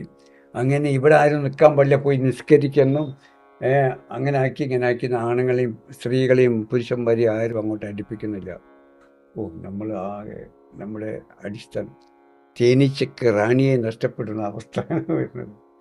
അങ്ങനെ വിഷമിച്ചു. ഞാൻ അവിടെ റോഡ് സൈഡിൽ പോയിരുന്നു. അവിടെ അങ്ങാടിയിൽ കാരക്കുത്തങ്ങാടി എന്ന് പറയും. ഈ സ്ഥലത്തിൻ്റെ കാരക്കുത്ത് എന്നാ പറയുക. ഈ കാരക്കുത്തിലെ അങ്ങാടിയിൽ ചെന്ന്, ഇതൊരു അങ്ങാടി 1.5 കിലോമീറ്റർ ഉള്ളോട്ടായ ആണ് വീട്. ഇടയിൽ കൂടെ അന്ന് ഏതാണ് ഇപ്പോൾ റോഡായാണ്. അവിടുന്ന് റോഡിൽ പോയിരുന്നു ഞാൻ. റോഡ് സൈഡിൽ ഈ പോസ്റ്റ് ഇലക്ട്രിക്കിൻ്റെ കോൺക്രീറ്റ് പോസ്റ്റ് മുറിഞ്ഞിട്ട് ഇട്ടിട്ട് അവിടുത്തെ ആളുകളൊക്കെ ഇരിക്കുന്നുണ്ട് റോഡ് സൈഡ്. അതിൻ്റെ മുകളിൽ പോയിരുന്ന ആ പ്രകാശം കൊണ്ട് ഞാൻ അവിടെ അങ്ങനെ ഇരിക്കലായി. ഭക്ഷണമില്ല, വെള്ളമില്ല, ഒന്നുമില്ല, ഒറ്റ ഇരുപ്പ്. ആ വെയിലും കൊണ്ട്, നല്ല വെയിലാണ്. ആളുകൾ മുഴുവനും റോഡ് സൈഡിൽ അക്കരയും ഇക്കരയൊക്കെ നിന്നിട്ട് നോക്കുന്ന പണിയാണ്, നോക്കിക്കൊണ്ടിരിക്കും. പലവരും വന്നിട്ട് പറയും, നിങ്ങൾ ഇങ്ങനെ വെയിൽ കൊണ്ടിരിക്കുന്നത് ആ മരത്തള്ളക്ക് ഇരുന്നൂടെ, ആ പീഡിയ കൊലയിൽ പോയിരുന്നൂടെ, ഇങ്ങനെ വെയിലും കൊണ്ടിരിക്കുന്നത് നമുക്ക് സഹിക്കാൻ പറ്റുന്നില്ല, നമുക്ക് വെയിൽ കൊള്ളാൻ വയ്യ. എന്നിട്ട് നമ്മൾ കൊട പിടിച്ചിട്ടും മരത്തള്ളക്കൂടെയൊക്കെ നടക്കുന്നത്, നിങ്ങൾ എന്തിനെങ്ങനെ വെയിൽ ഉപയോഗിക്കുന്നത്? അപ്പോൾ ഞാനൊന്നും മുട്ടില്ല. പിന്നെ ചിലർ വന്നിട്ട് ചായ വേണോ ഭക്ഷണം വേണോ എന്നൊക്കെ വന്ന് ചോദിക്കും. ഞാൻ വേണ്ട വേണ്ട വേണ്ട വേണ്ട. ആളുകൾക്ക് ഒരു പ്രയാസമായി ഞാൻ അവിടെ ഇരിക്കുന്നത്, ഇങ്ങനെ വെയിൽ കൊണ്ടിരിക്കുന്നത്, വെള്ളം ഭക്ഷണമില്ല. അങ്ങനെ ഒരു ദിവസം ഒരാൾ വന്നിട്ട് പറഞ്ഞു, ഞാൻ പല പ്രാവശ്യം ചായ വാങ്ങിത്തട്ടെ എന്ന് പറയാൻ, ഞാൻ ഇരിക്കുന്നതിൻ്റെ അടുത്ത് തന്നെ ഹോട്ടൽ, ചായ വാങ്ങിത്തട്ടെ എന്ന് ചോദിച്ചിട്ട് നിങ്ങൾ വേണ്ട വേണ്ട എന്ന് പറഞ്ഞു. എൻ്റെ പൈസ ചീത്ത പൈസ ആയതുകൊണ്ടാണോ, മുസ്ലിമുകൾ പറഞ്ഞ ഹറാമാണ്, ചീത്ത പൈസ ആയതുകൊണ്ടാണോ നിങ്ങൾ എൻ്റെ ചായ വെള്ളം കുടിക്കാത്തത് എന്ന് പറഞ്ഞാൽ അദ്ദേഹം കരുതി. അപ്പോൾ ഞാൻ തട്ടി പറഞ്ഞു, ചായ വാങ്ങി ഒരു ഗ്ലാസ് വെള്ളം കൊടുത്തു. അങ്ങനെ അയാൾ ഒരു ഗ്ലാസ് ചായയും ഒരു ഗ്ലാസ് വെള്ളമായിട്ട് വന്നു. ആ വെള്ളം ഞാൻ കുടിച്ചിട്ട് ചായ പാതി അതിലൊക്കെ വെച്ചു, പാതി അദ്ദേഹത്തിന് കൊടുത്തു, പാതി ഞാനും കുടിച്ചു. അപ്പോൾ എനിക്ക് വേണ്ടിയല്ല ഞാൻ കുടിച്ചത്, അദ്ദേഹത്തിൻ്റെ സങ്കടം കണ്ടിട്ട് അതിന് ഒരു സമാധാനം ഉണ്ടാക്കി അദ്ദേഹം സന്തോഷമായത്. അങ്ങനെ അങ്ങോട്ട് പോയി. അതുപോലെ പലവരും പിന്നെയും വന്ന് ചോദിക്കും, ചായ വെള്ളം വേണ്ടെന്ന് പറയും. അങ്ങനെ അവിടെ മാസങ്ങളോളം ഇരുന്നു. അപ്പോൾ ഒരു ദിവസം ഇവള് കയറി വന്നു. ഇവള് ഒരു മകനെയും കൂട്ടിയിട്ട് കയറി വന്നു. അവൾ റോഡ് സൈഡിൽ ഇരിക്കല്ല. അവിടെ വന്നപ്പോൾ ആളുകൾ ആരാണ് എന്താണ് എൻ്റെ അടുത്ത്. അപ്പോൾ ഞാൻ പറഞ്ഞു, ഇങ്ങനെ ഭാര്യയാണ് വിളിക്കാൻ വന്നത്, ഒന്ന് വേഗം കൂട്ടിക്കൊണ്ടിരിക്കൊള്ളുന്ന അവളോട് പറഞ്ഞു. എന്നോടും പറഞ്ഞു, നിങ്ങൾ പോയിക്കോളി, വീട്ടിൽ പോയിരുന്നാൽ, ഇവിടെ വെയിലും കൊണ്ടിരിക്കാൻ നമുക്ക് സഹിക്കാൻ വയ്യ കണ്ടിട്ട്, നമ്മളെല്ലാവരും കൂടെ വീട്ടിൽ കൊണ്ട് നാക്കാം എന്നൊക്കെ പറഞ്ഞു. ഞാൻ പറഞ്ഞു ഇല്ല എന്ന് പറഞ്ഞു. അങ്ങനെ ആളുകളുടെ ശല്യം, പ്രശ്നങ്ങളും മർദ്ദം സഹിക്കാൻ വയ്യാതെ ഞാൻ അവരുടെ പറഞ്ഞു ഇവളോട്, ഞാൻ പിന്നെ വരാം. അത് പറ്റൂല, ഇന്ന് വരണം, ഞാൻ പിന്നെ വരാമെന്ന് ഒഴിഞ്ഞു മാറാൻ വേണ്ടിയിട്ട്. അപ്പോൾ ആളുകൾ, ഇന്ന് നിങ്ങൾ ദിവസം പറയുന്നു, പിന്നെ എന്ന് പോകുമെന്ന് പറയും. ഞാൻ പറയും അടുത്ത ബുധനാഴ്ച വരാമെന്ന് പറഞ്ഞു. അങ്ങനെ ബുധനാഴ്ച ആകുമ്പോഴേക്കും ഇവർ വാഹനം കോലാഹലം ഒക്കെ ആയിട്ട് എന്നെ കുട്ടി വീട്ടിൽ കൊണ്ടുപോയാക്കാൻ വേണ്ടി. അങ്ങനെ ഞാൻ പറഞ്ഞു, ഞാൻ വണ്ടിയിലൊന്നും വരില്ല, ഞാൻ റെയിൽവേയിലാണ് ഇവിടെ പോകാറ്, ഞാൻ റെയിൽവേ പോകുള്ളൂ, എന്നാൽ നമ്മളും റെയിൽവേ ആക്കാമെന്ന് പറഞ്ഞു. അവരെല്ലാവരും ലോക്കൽ ട്രെയിനും കിട്ടും, അത് കയറി ഇവിടെ കല്ലായി റെയിൽവേ സ്റ്റേഷനിൽ ഇറങ്ങി ഇങ്ങോട്ട് വന്ന്. ഇത് അന്ന് ഓടിട്ട മച്ചിപ്പുരയായിരുന്നു, അപ്സ്റ്റെയർ ഒന്നുമില്ല. പിന്നെ അവിടെ അട്ടമുണ്ടായിരുന്നു, ഇത് കിട്ടിയ എന്നാലും ഒരു മേലെ എന്താ അട്ടം എന്ന് പറയും, ചൂടൊന്നും ഏൽക്കാതിരിക്കാൻ.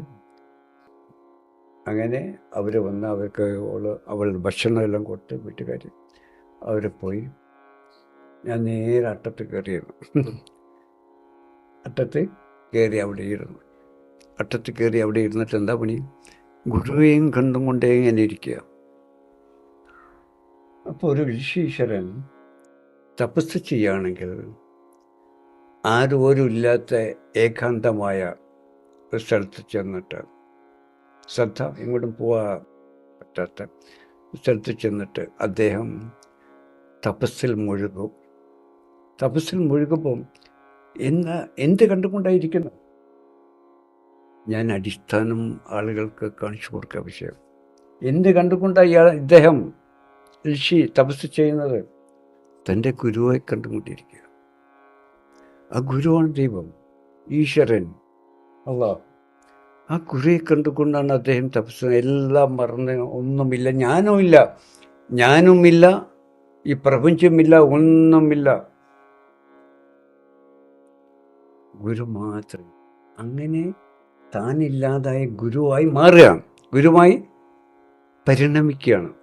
അതിന് വേറെന്താ വാക്ക് പറയുക? ഭാഷ അറിയാത്തതുകൊണ്ട് വിദ്യാഭ്യാസം. ഭാഷ നിങ്ങൾ എന്നെ സഹായിക്കണം കേട്ടോ, എന്നെ എന്താ പറയാന്നുള്ളത്. അപ്പോൾ ഗുരുവായി പരിണമിക്കുകയാണ് ഭാഷ. ഇതിനാണ് ഇതാ തപസ്.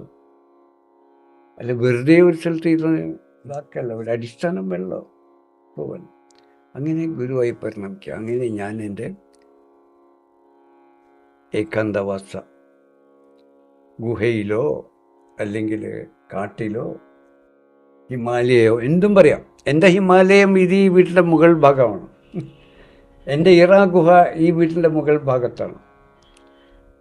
അങ്ങനെ ഈ വീട്ടിൻ്റെ എവിടെയായാലും നമ്മൾ ഏകാന്തതയിൽ ചെന്നിട്ട് ആ ഗുരുവേയും കണ്ടുകൊണ്ട് അതിൽ മുഴുകി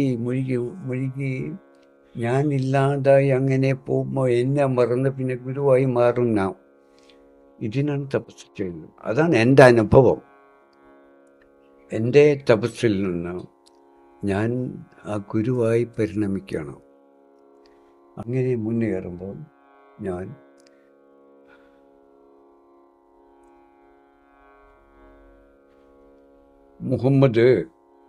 മുഹമ്മദ് റസൂലുള്ളാഹി ഇറാ ഗുഹയിൽ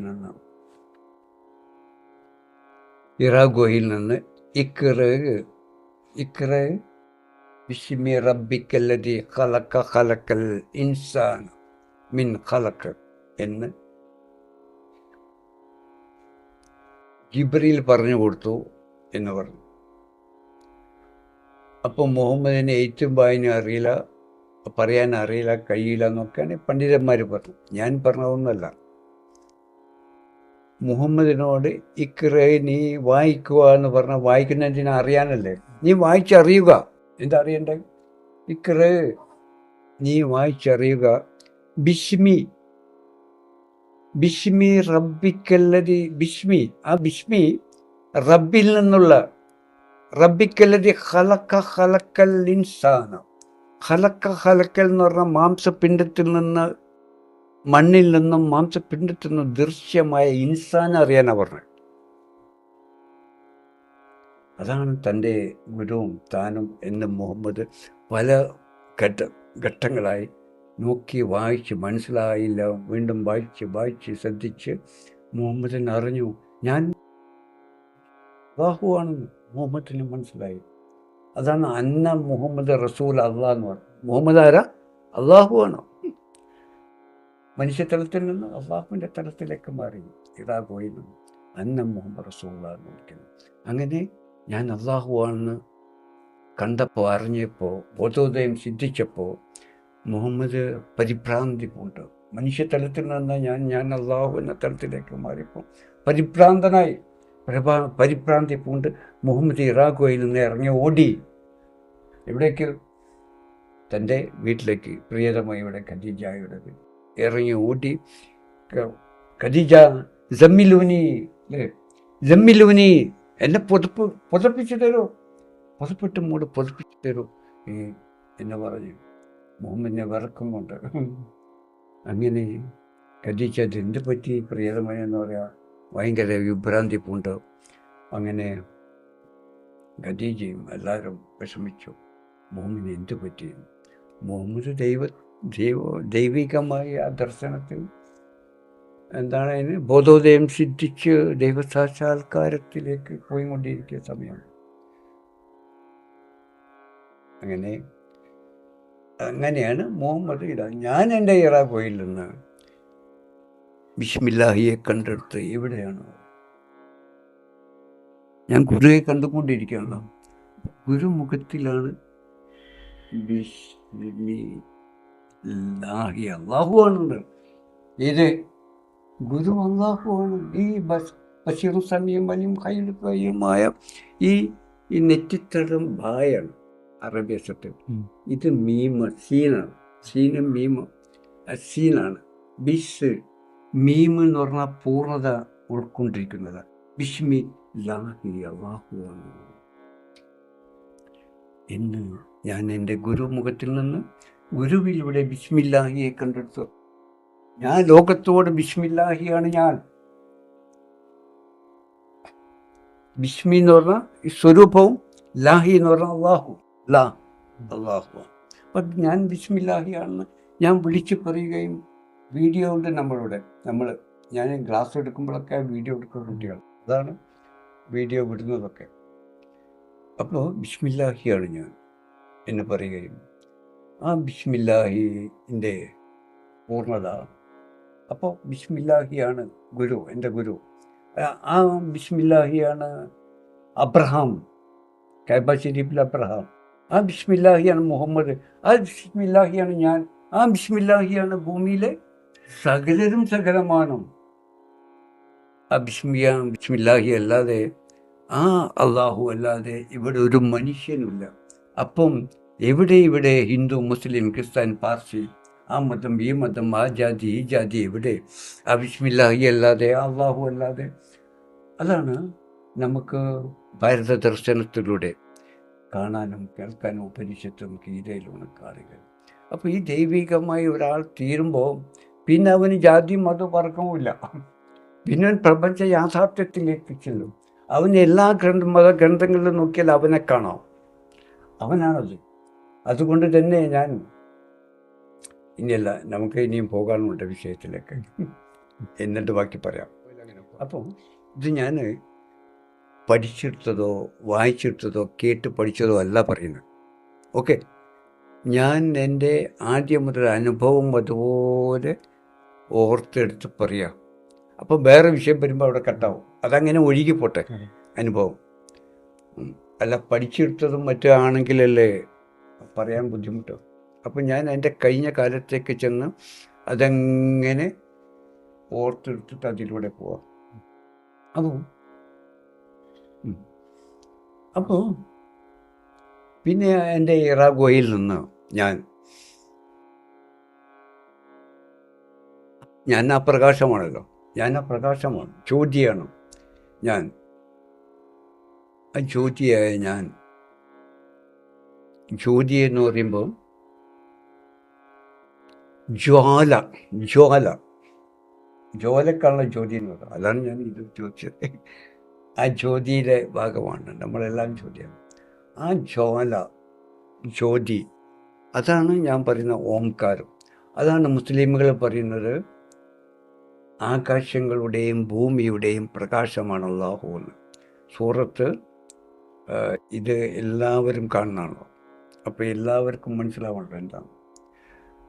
സൂറത്ത് 24-35 വചനത്തിൽ പറയുന്നു ഖുർആൻ, അല്ലാഹു നൂർ സമാവാത്തി വല്ലർദി എന്ന്. അതിൻ്റെ അർത്ഥം ആകാശങ്ങളുടെയും ഭൂമിയുടെയും പ്രകാശമാണ് അല്ലാഹു. അപ്പോൾ വരുന്നവരോട് ഞാൻ ചോദിക്കും, മോനെ ഇങ്ങനെയാണ് മുസ്ലിങ്ങളോട്, അവർക്ക് അല്ലാഹുവിനെ വരില്ല. നമ്മുടെ ഭാരത ദർശനത്തിൻ്റെ ആളുകൾക്ക് കുറേയൊക്കെ അറിയാം ഈശ്വരനെ, ഇവർക്ക് തീരെ അറിയില്ല. മുസ്ലിങ്ങൾ കാണാനും അറിയാനും കഴിയില്ല എന്ന് പറയും. മുഹമ്മദ് ഒരു മനുഷ്യനുമാണെന്നാണ് പറഞ്ഞത്. അപ്പം ഞാൻ അവരെൻ്റെ മുന്നിൽ വന്ന് ഞാൻ അവർക്ക് ദർശനത്തിലേക്ക് കൊണ്ടുപോവുകയും അതുപോലെ നമ്മളെ ഭാരത ദർശനത്തിൽ ഇതാണ് യാഥാർത്ഥ്യം. പക്ഷേ ആളുകൾ ആ ഋഷീശ്വരന്മാർ പറഞ്ഞ ഗ്രന്ഥത്തിലൂടെ പറഞ്ഞ് അത് പഠിച്ച് ഓർത്തെടുത്ത് ആ മറ്റേ ഇതുണ്ടല്ലോ ദിനചര്യകളും അല്ലെങ്കിൽ സംസ്കാരവും അതുപോലെ ചെയ്യാന്നല്ലാതെ ഇപ്പോൾ എല്ലാവരും കൈകൂപ്പി വന്നിരിക്കുന്ന കൽക്കൽ വീണ് നമസ്കരിക്കുന്നു. ഇതൊരു ആചാരമായിട്ടാണ് കൊണ്ടു കിടക്കുന്നത്.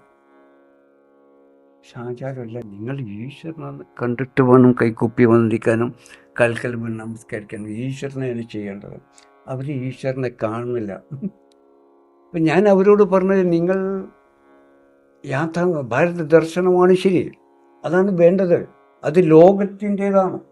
ഖുറാനും മറ്റുള്ള ദൈവികമായി വന്നവരൊക്കെ ഈ ഒന്ന് തന്നെയാണ് പറയാനുള്ളത്. ഇവിടെ രണ്ടെണ്ണമല്ല.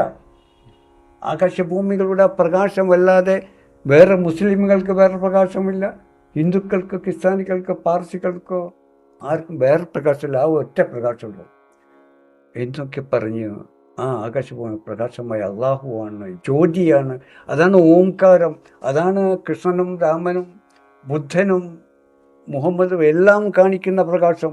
ഇതാണ് പ്രപഞ്ചത്തിൻ്റെ ഉൽപ്പത്തി. അതിൽ നിന്നാണ്, ആ പ്രകാശമാണ് പ്രസരിച്ച് വികസിച്ച് വ്യാപിച്ച്. ഞാൻ എവിടെ പറഞ്ഞു വന്നത് ഇപ്പം വിട്ടുപോയി. ആവർത്തനം ഉണ്ടാവും പലപ്പോഴും. കാരണം ആർഷഭാരത സംസ്കാരത്തിൽ ആ പ്രകാശമായ ഞാൻ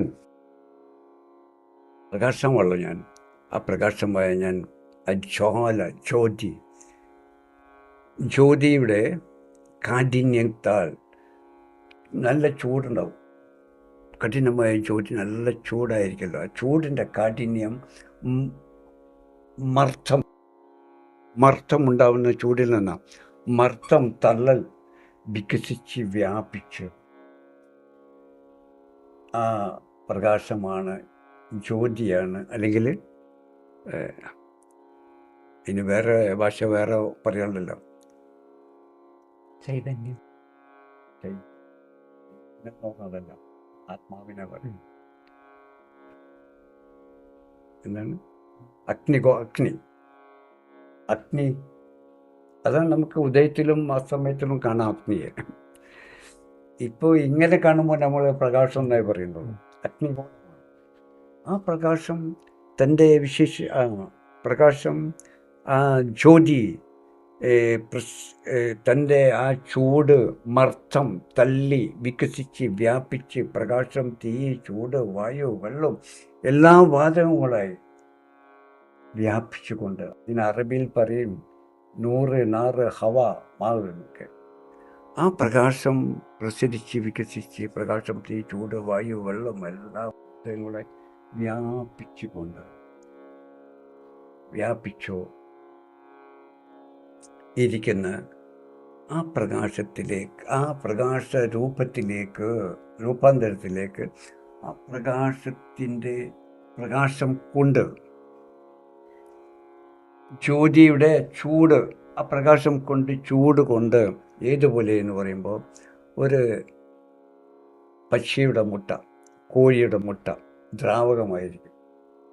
ആ ദ്രാവകത്തിലേക്ക് ആ കോഴി തന്നെ പക്ഷി തൻ്റെ ചൂടേൽപ്പിച്ച് ആ ദ്രാവകം വറ്റി, ചൂടേറ്റ് ദ്രാവകം വറ്റി ആ രൂപപ്പെട്ടു വരുന്ന പോലെ, കുഞ്ഞായി രൂപപ്പെട്ടു വരുന്നത്. ഈ വാതകങ്ങളിലേക്കെല്ലാം പ്രകാശം ചൂടേൽപ്പിച്ച് സൂര്യനും ചന്ദ്രനും ഭൂമിയും മറ്റ് ഗോള അവയവങ്ങളെല്ലാം ചേർന്ന് ശരീരമെന്ന പോലെ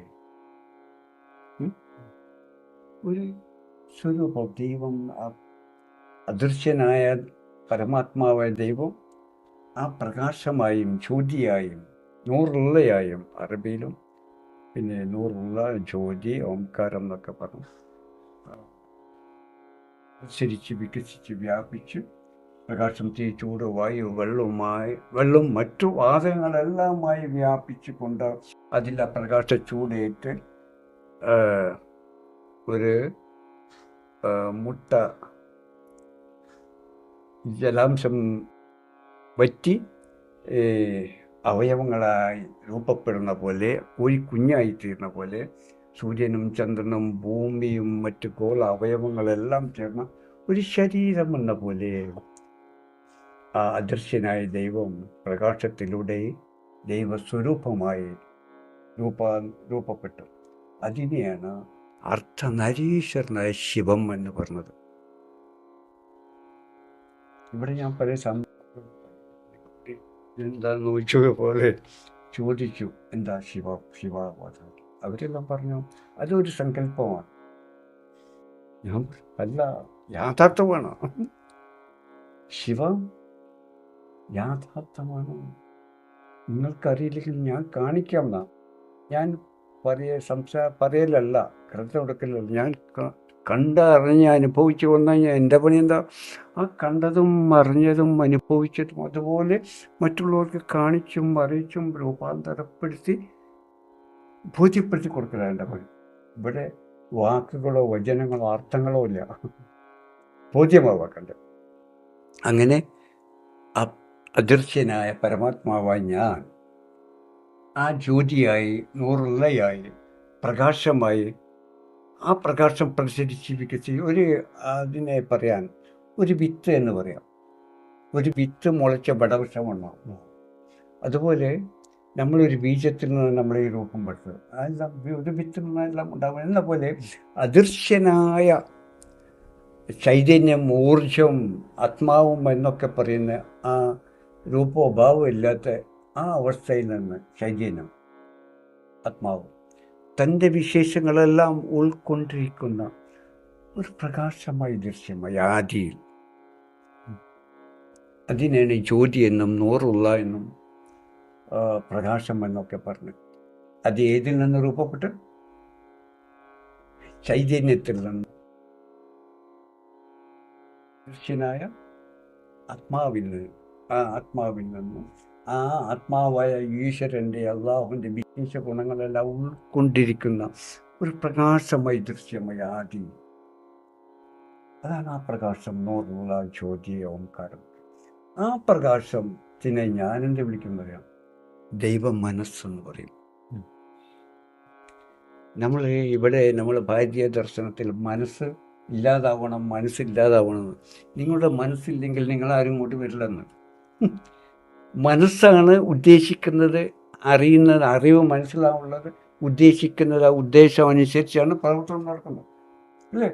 അപ്പം മനസ്സാണ് ദൈവ അദൃശ്യനായ പരമാത്മാവായ ഈശ്വരൻ അല്ലാഹു ൻ്റെ വിശേഷ ഗുണങ്ങൾ ഉൾക്കൊണ്ടിരിക്കുന്ന ഒരു മനസ്സാണ് ആദ്യം ദൃശ്യമായത്. അതാ പ്രകാശം. ആ പ്രകാശ മനസ്സ് തൻ്റെ വിശേഷ ഗുണങ്ങൾ പ്രാവർത്തികമാക്കാൻ വേണ്ടി തൻ്റെ വിശേഷ ഗുണം ഉൾക്കൊണ്ടിരിക്കുന്നതാണ് മനസ്സ്. ഇപ്പം നമ്മളെ മനസ്സായാലും, ഞാൻ വിഷയം ഇതിലേക്ക് വരികയാണ്, താളം തെറ്റിയൊന്നറിയില്ല, എടുത്തെടുത്ത് മോനും വേണമെങ്കിൽ വേറെ ഭാഗത്ത് കിട്ടൂടി. ഈ നമ്മളുണ്ടായിരുന്നു പിതാവിൻ്റെ ആ മനസ്സാണ് ബീജമായി മാതാവിൻ്റെ ഗർഭത്തിൽ ചെല്ലുന്നത്. മാതാവിൻ്റെ ഗർഭത്തിൽ ചെന്ന് ആ മനസ്സിൽ എന്താ ഉള്ളത്? പിതാവിൻ്റെ വിശേഷ ഗുണങ്ങളും ഉദ്ദേശ ലക്ഷ്യങ്ങളും ഗുണങ്ങളെല്ലാം ഉൾക്കൊണ്ടിരിക്കുന്ന വിത്താണ്, പിതാവിൻ്റെ വിത്താണ് മാതാവിൻ്റെ ഗർഭത്തിൽ വന്ന് ആ വിത്ത് മുളച്ച്, ആ വിത്ത് മുളച്ച് മനസ്സ് തൻ്റെ വിശേഷ ഗുണങ്ങൾ പ്രാവർത്തികമാക്കാൻ വേണ്ടുന്ന ഒരു സ്വരൂപം എടുത്താണ് ഞാൻ മനസ്സ്. മനസ്സിലുള്ള വിശേഷ ഗുണമുള്ളൂ. ആ വിശേഷ ഗുണം പ്രാവർത്തികമാക്കാൻ എന്ത് വേണം? ഉപകരണങ്ങൾ വേണം. ആ ഉപകരണത്തെ ആര് സൃഷ്ടിക്കണം? ഉദ്ദേശിച്ച മനസ്സിനെ സൃഷ്ടിക്കണം, അല്ല വേറെ ആളല്ലോ സൃഷ്ടിക്കണം. ആ വിത്താണ് വളർന്ന രൂപമാണ്. അപ്പോൾ ആ ദൈവ മനസ്സാണ് പ്രപഞ്ച അർത്ഥനരീശ്വരനായ ശിവസ്വരൂപമായും. അതിനെ അറബിൽ അഷ്ഹദു അൻ ലാ ഇലാഹ എന്ന് പറയും. ലാ ഇലാഹ അവർക്കറിയില്ല എന്താന്ന്. അവരെന്തോ അർത്ഥം പറയുന്നുണ്ട്. ഞാൻ ദൈവമല്ലാതെ ഒന്നുമില്ലാതെ വിശ്വസിച്ചു, സാക്ഷ്യം വഹിച്ചു. അല്ല, ആ ജ്യോതിയെയാണ്, ആദ്യ പ്രകാശം നൂറുള്ളയാണ് അഷ്ഹദ് എന്ന് പറയുന്നത്. ഞാൻ ഇതിൽ പറയണോ ഇവിടെ? കാരണം ഭൂമിയിലെ എല്ലാ മനുഷ്യരെയും ആ യാഥാർത്ഥ്യം അറിയിക്കുക എന്നുള്ളതാണ്. ഞാൻ ഇവിടെ ഹിന്ദു, മുസ്ലിം, ക്രിസ്ത്യൻ, പാർസി, വിഭാഗങ്ങളില്ല. നമ്മൾ തെറ്റായ ധാരണയും വിശ്വാസങ്ങളുമാണ്. അപ്പോൾ എല്ലാവരും ഈ ഏകമായി തീരണം. നിങ്ങൾക്ക് ഭൂമിയിലെ എല്ലാ മനുഷ്യർക്കും എത്തിച്ചു കൊടുക്കാൻ കഴിയുമോ ഈ സന്ദേശം? ഇത് യാഥാർത്ഥ്യത്തെയാണ് ഞാൻ പറയുന്നത്. പ്രപഞ്ച യാഥാർത്ഥ്യത്തെയാണ് കാണിക്കുന്നത്. ഞാൻ ഗീതയും ഉപനിഷത്തും ഖുറാനും എല്ലാ മതഗ്രന്ഥങ്ങളും രചിച്ച ദൈവദർശകരായ ദൈവികമായി വന്ന അവരെല്ലാവരും ദർശിച്ച് കണ്ടറിഞ്ഞ് അനുഭവിച്ച അത് തന്നെയാണ് ഞാനും കണ്ടറിഞ്ഞ് ഞാൻ ഈ നിങ്ങളുടെ മുന്നിൽ പറഞ്ഞുകൊണ്ടിരിക്കുന്നത്. ആ ഗീതയും ഉപനിഷത്തും ആ ഖുറാനും മറ്റു ഗ്രന്ഥങ്ങളും ദൈവികമായ ഗ്രന്ഥങ്ങൾ തന്നെ ഞാനും കണ്ട് അറിഞ്ഞ് അനുഭവിച്ച് ഞാനും അതായി. ആ ഖുറാൻ ഞാനാണ്, ആ ഗീത ഞാനാണ്, ആ ഉപനിഷത്തും ഞാനാണ്, ആ കൃഷ്ണൻ ഞാൻ തന്നെയാണ്, ആ രാമനും ഞാൻ തന്നെയാണ്. എല്ലാവരും എല്ലാം യേശുവും ബുദ്ധനും മുഹമ്മദും നിങ്ങളും ഞാനും എല്ലാം അതാണ്, ഒന്നാണ്. നമ്മൾ വേറെ അല്ല. ആ തലത്തിൽ ഇറങ്ങി വന്ന എനിക്കിപ്പം ഏതാ ജാതി, ഏതാ മതം, ഏതാ വിഭാഗം പറഞ്ഞു, പക്ഷെ ഞാനും ഇല്ലല്ലോ മോനെ. ഞാൻ വിഷയം മാറുന്നുണ്ട്. ഞാനും ഇല്ലല്ലോ. ഈ ആത്മാവില്ലെങ്കിൽ ഞാനുണ്ടോ? ആ പരമേശ്വരൻ ആ കമ്മനവും ചൈതന്യം ഊർജം ആത്മാവ് എന്ന് പറഞ്ഞതല്ലേ നിങ്ങളിലും ഞാൻ എന്നിലും സ്വസനത്തിലൂടെ പ്രവേശിച്ച് ഇവിടെ നിലനിന്ന് പ്രവർത്തിച്ചു. ആത്മാവിൻ്റെ വിശേഷ ഗുണം പ്രാവർത്തികമാക്കാനല്ലേ ഈ ശരീരം രൂപം പെടുത്ത ആത്മാവല്ലേ. പിന്നെ നിങ്ങളും ഞാൻ ഇവിടെ ഉണ്ടോ? നമ്മളെല്ലാം ഒന്നല്ലേ. ആ കൃഷ്ണനിലും ഈ ആത്മാവല്ലേ, രാമനിലും മുഹമ്മദിലും യേശുവിലും എല്ലാവരിലും എല്ലാ ദൈവികമായവരിലും ഈ ഏകാത്മാവല്ലേ ഉണ്ടായിരുന്ന, അതില്ലേ എന്നിലും നിങ്ങളിലും. അപ്പൊ കൃഷ്ണനും രാമനും ബുദ്ധനും മുഹമ്മദും യേശുവുമെല്ലാം നിങ്ങളും ഞാനും തന്നെ ആയിരുന്നില്ലേ?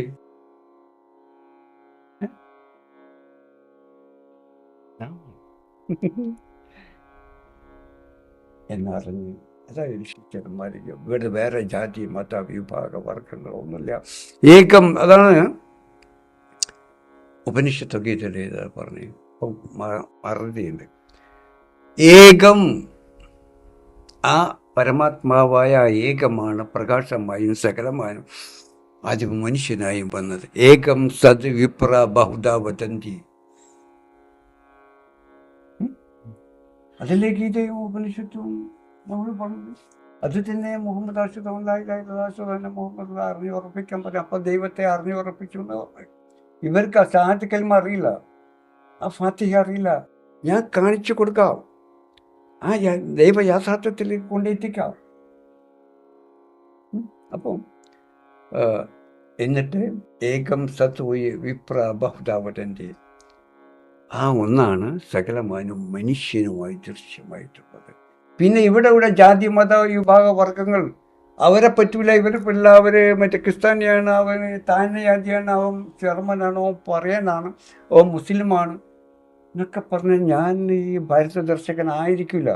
ഞാൻ അജ്ഞാനും അന്ധകാരനും ആയിരിക്കും. ഞാൻ വെറുതെ വേഷം കെട്ടിയുണ്ടെന്ന കാര്യം, കാവ്യം എന്താ കെട്ടിയുണ്ട്. ഞാൻ യഥാർത്ഥ ദർശകനെ അത് പറയാൻ പറ്റൂ, അല്ലെങ്കിൽ ദർശകനെ അറിഞ്ഞേ പറ്റൂ.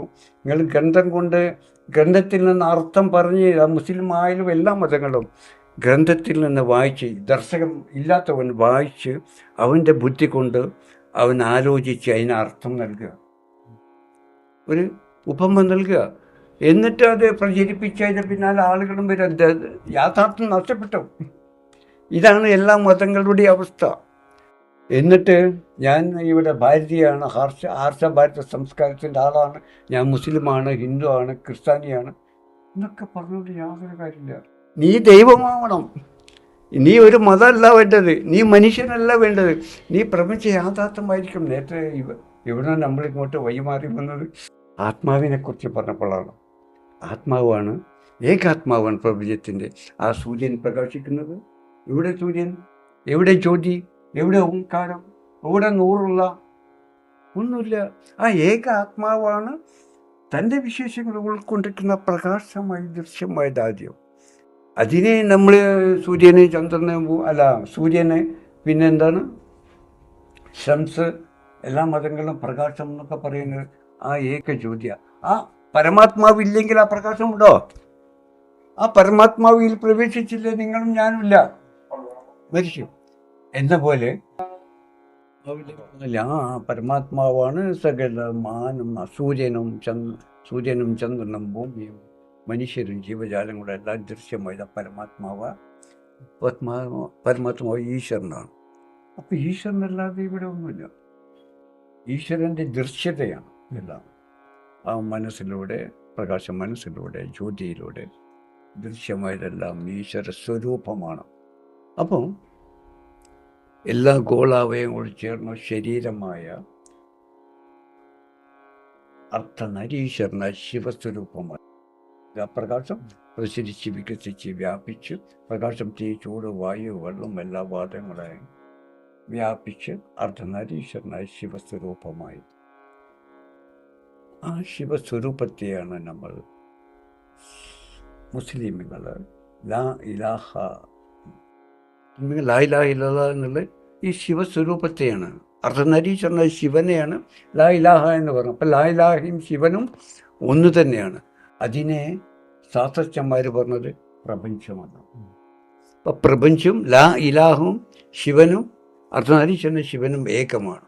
അപ്പം ഇങ്ങനെ അർദ്ധനാരീശ്വരനായ ശിവൻ, അർദ്ധനാരി, അർത്ഥ എന്ന് പറഞ്ഞാൽ പാതി, അർദ്ധനാരി പാതി സ്ത്രീ, വിത്തിട്ട മുളക്കുന്ന ഗർഭമാണ് സ്ത്രീ, ആ ഗർഭത്തെ വഹിക്കുന്ന സ്ത്രീ. അതുകൊണ്ടാണ് സ്ത്രീ എന്ന് വിളിക്കുന്നത്. അതുകൊണ്ടാണ് നമ്മളെല്ലാവരും ഒരു സ്ത്രീയെ സ്വന്തമാക്കിയിട്ട് അതിലേക്ക് ബീജം നിക്ഷേപിച്ച് മുളപ്പിച്ചെടുത്ത് കുഞ്ഞുങ്ങളാക്കും. അപ്പോൾ ഗർഭത്തെ വഹിക്കുന്നവളെ നമ്മൾ സ്ത്രീ എന്ന് പറയുന്നത്. അപ്പോൾ ഈ ഭൂമി വിത്തിട്ട് മുളക്കുന്ന ഗർഭമാണ് ഭൂമി. എല്ലാത്തിനും ജന്മം നൽകുന്ന ഈ നാരിയ, ഗർഭമായ നാരിയ ഭൂമിയാണ് മറ്റേ സസ്യങ്ങൾ, ഭൂമിയിൽ നിന്ന് സസ്യങ്ങൾക്ക് ജന്മം നൽകുന്ന പക്ഷിജന്തു മൃഗാദികളും മനുഷ്യരെല്ലാം മണ്ണിൽ നിന്ന്, ഭൂമിയിൽ നിന്നാണ് ദൃശ്യമായത്. അപ്പോൾ ഈ ഇതിനെല്ലാം ജന്മം നൽകിയ ഭൂമി മാതാവാണ്. ഭൂമി മാതാവാണ്. അതാണ് അർദ്ധനാരി. ഈ ഭൂമി മാതാവിനും സന്താന പരമ്പരകൾക്കും, സസ്യങ്ങൾക്കും പക്ഷിജന്തു മൃഗാദികൾക്കും മനുഷ്യനും ഭൂമി മാതാവിൻ്റെ സന്താന പരമ്പരകൾക്കും ഭൂമി മാതാവിനും ജീവജലം നൽകുന്ന, ജീവജലവും ഭക്ഷ്യവസ്തുക്കളും ഓക്സിജനും ആവശ്യമായതെല്ലാം നൽകി പരിപാലിച്ച് സംരക്ഷിച്ചു പോരുന്ന പിതാവുണ്ട്. ആ പിതാവിനെ ഒന്ന് കാണിച്ചു തരാൻ ഭൂമിയെ കണ്ട് മനസ്സിലായത് ഓക്കെ, നമുക്ക് വിശ്വാസമാണ് ഭൂമിയെ മാതാവാണ്. ഇനി പിതാവിനെ കാണിച്ചു തരാൻ പറ്റുമോ ഈ സമൂഹത്തിന്, ജനതക്ക്? മറ്റേ ഇവിടെയുള്ള സ്വാമിമാർക്കോ മുസ്ലിം പണ്ഡിതന്മാർക്കോ ക്രിസ്ത്യൻ പാതിരിമാർക്കോ ആർക്കെങ്കിലും ഈ പിതാവിനെ കാണിക്കാൻ കഴിയുമോ? അപ്പം ആ പ്രകാശമാണ് പിതാവ്. പ്രകാശത്തിൽ നിന്നാണ് സകലമാണ് ഉണ്ടായത്. ആ പ്രകാശം തന്നെയാണ്, പ്രകാശം പ്രസരിച്ച് വികസിച്ച്, പ്രകാശം തീ ചൂട് വായു വെള്ളം എല്ലാ വാദങ്ങളെയും വ്യാപിച്ചു വന്നത് ഏതുന്നതാണ്? ആ പ്രകാശത്തിൽ നിന്നാണ്. ആ പ്രകാശമാണ് നമുക്ക് ജീവജലം നൽകിയത്. ആ പ്രകാശം തന്നെയാണ് ഭൂമിയിലുള്ള കടലിൽ നിന്നും എല്ലാ ജലാശയത്തിൽ നിന്നും ആ പ്രകാശം ഏറ്റ് ആ പ്രകാശം നീരാവിയാക്കി മേലോട്ട് കൊണ്ടുപോയി മേഘങ്ങളാക്കി. ആ മേഘങ്ങൾ മഴയും മലമുകളിലൂടെ അരുവികളും തോടുകളും പുഴകളുമായി ഭൂമി മുഴുവനും ആ ജലത്തെ ഒഴുക്കിക്കൊണ്ടിരിക്കുന്നത് ആ പ്രകാശം മേഘങ്ങളിലൂടെയാണ്. ആ പ്രകാശമാണ് ജീവജലം നൽകിക്കൊണ്ടിരിക്കുന്നത്. ഭൂമി ദേവിക്കും ഭൂമി മാതാവിനും ഇപ്പം മാതാവായി മാറി.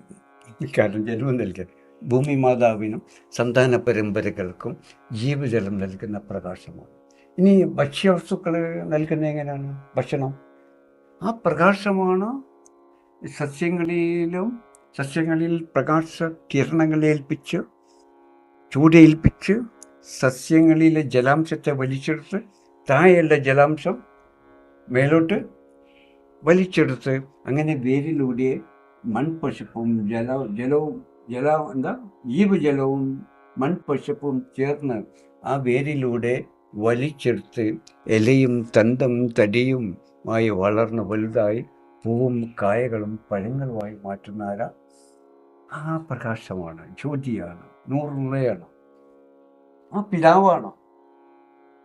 അങ്ങനെ ജീവജലവും ഭക്ഷ്യവസ്തുക്കളും അതിലൂടെ സസ്യങ്ങളിലൂടെ ഓക്സിജനും ആവശ്യമായതെല്ലാം നൽകി പരിപാലിച്ച് സംരക്ഷിച്ച് പോരുന്ന ആ പിതാവ്, ആ പിതാവിനെ കണ്ടുകൊണ്ടിരിക്കണം നമ്മൾ. മാതാവോടൊപ്പം ഞാൻ ആ പിതാവിനെ കണ്ടുകൊണ്ടിരിക്കും. അപ്പം ആ പ്രകാശമായ പിതാവും ഈ മാതാവും, അതാണ് അർദ്ധനാരീശ്വരനായ ശിവം. പ്രകാശം ഭൂമി, സൂര്യനും ഭൂമിയും മറ്റ് പല അവയവങ്ങളും ചേർന്ന കൂട്ടായതല്ലേ നമ്മുടെ ശരീരം. എന്ന പോലെ സൂര്യനും ചന്ദ്രനും ഭൂമിയും മറ്റ് അവയവങ്ങളെല്ലാം ചേർന്ന് ഒരു ശരീരം എന്ന പോലെയാണ് അർദ്ധനാരീശ്വരനായ ശിവനും ലാ ഇലാഹവും. പിന്നെ ശാസ്ത്രം പറയുന്ന പ്രപഞ്ചം ചേർത്തി പറയണോ? പ്രപഞ്ചവും ആളുകൾ അറിയട്ടെ, കാണട്ടെ. പ്രപഞ്ചം ഒരു ശരീരമെന്ന പോലെയാണ്, ശിവസ്വരൂപമാണ്. എന്നിട്ട് ആ ശിവനും അർദ്ധനാരീശ്വരനായ ശിവനും ഇത് സങ്കല്പമല്ല, യാഥാർത്ഥ്യമാണ്. കണ്ടാൽ, അല്ലെങ്കിൽ സങ്കല്പമാണ്, ഊഹമാണ്, സങ്കല്പമാണ്. അപ്പം ഈ ശിവനും ലാ ഇലാഹും പ്രപഞ്ചവും എന്ന അദൃശ്യനായ പരമാത്മാവായ ഞാനാണ് ആ പ്രകാശമായും പ്രകാശത്തിലൂടെ പ്രസരിച്ച് വികസിച്ച് വ്യാപിച്ച് അർദ്ധനാരീശ്വരനായ ശിവനും ലാ ഇലാഹുമായി ദൃശ്യമായിരിക്കുന്നത്. എൻ്റെ ആ ശരീരരൂപത്തിൻ്റെ സ്വരൂപത്തിൻ്റെ ഉള്ളിലെ വിത്തിട്ട മുളക്കുന്ന ഗർഭമായ ഭൂമിയിലേക്ക് എൻ്റെ ആ പ്രകാശത്തെ, ജ്യോതിയെ, എൻ്റെ ആ പ്രകാശം മനസ്സ് ബീജമായി ഇറങ്ങി വന്നു. എൻ്റെ ചെറുരൂപത്തിൽ പുനർജനിച്ച ഞാൻ തന്നെ ശിവ അവതാരമാണോ? ശിവൻ പുനർജനിക്കുകയും പുനർജനിച്ച ശിവ, ആ പുനർജനിച്ച ശിവനെയാണ് ശിവ അവതാരം എന്ന് പറയുന്നത്. അതാണ് ഭൂമിയിലെ ഓരോ മനുഷ്യനും. അതാണ് ആ ഇലാഹിൻ്റെ ഗർഭത്തിലേക്ക് ആ പ്രകാശം ബീജമായി ഇറങ്ങി വന്ന് ഇലാഹിൽ നിന്ന് പിറന്ന ഇല്ലല്ലയാണ് നാം ഓരോരുത്തരും. ഇല്ലല്ലയാണ് നാം ഓരോരുത്തരും. അതാണ്, അതിനെ തന്നെയാണ് ആ പ്രകാശമാണ് പ്രസരിച്ച് ഇലാഹായും ഇലാഹിൻ്റെ ഗർഭത്തിലേക്ക് പ്രകാശം തന്നെ ബീജമായി ഇറങ്ങി വന്ന് ആ രണ്ടാമത്തെ പ്രകാശം, രണ്ടാമത്തേനെ കാണിക്കുന്നത്, ആ രണ്ട് പ്രകാശത്തെ നൂറിനെ കാണിക്കുന്ന അന്നാണ്. അതാണ് അന്ന മുഹമ്മദ് റസൂലുള്ള. നാം ഓരോരുത്തരുമാണ് ഭൂമിയിലെ. കൃഷ്ണനും രാമനും ബുദ്ധനും യേശുവും നിങ്ങളും ഞാനും അന്ന മുഹമ്മദ് റസൂലുള്ള തന്നെയാണ്. ആ കൃഷ്ണൻ തന്നെയാണ് നിങ്ങൾ. അന്ന മുഹമ്മദ് റസൂലിനും കൃഷ്ണനും രണ്ടല്ല, രാമനും രണ്ടും മൂന്നും അല്ല, ഏകമാണ്. ഏകം സത്യയുപ്ര ബഹുദാവതന്തി. അല്ലാതെ ഇവിടെ പല ജാതികളും മതങ്ങളും ഇതും. ഞാൻ നിങ്ങളോട് പറയുന്ന മക്കളെ, ഈ ഈ ശിവനെയും അല്ലെങ്കിൽ ഇലാഹിനെയും പ്രപഞ്ചത്തെയും സൃഷ്ടിച്ചുണ്ടാക്കി കാണിച്ചും അത് തന്നെയാണ് പുനർജനിച്ചുള്ളതാണ് നാം എന്ന് ഭൂമിയിലെ ഓരോ മനുഷ്യനും വന്ന് നിങ്ങൾക്ക് സൃഷ്ടിച്ചുണ്ടാക്കി വിശദമായി കാണിച്ചു തരുന്നു.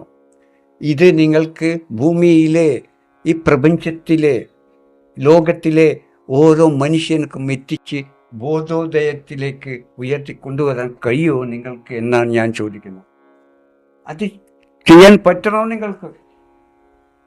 നിങ്ങൾ ലോകം മുഴുവനും, ഭൂമി മുഴുവനും, എല്ലാ ഭാഷയിലും എല്ലാ ഇതിലും എത്തിക്കണം മനുഷ്യർക്ക്. നമ്മൾ ഓരോരുത്തരും എന്താണെന്ന യാഥാർത്ഥ്യത്തെയാണ് ഈ കാണിച്ചു തരുന്നത്.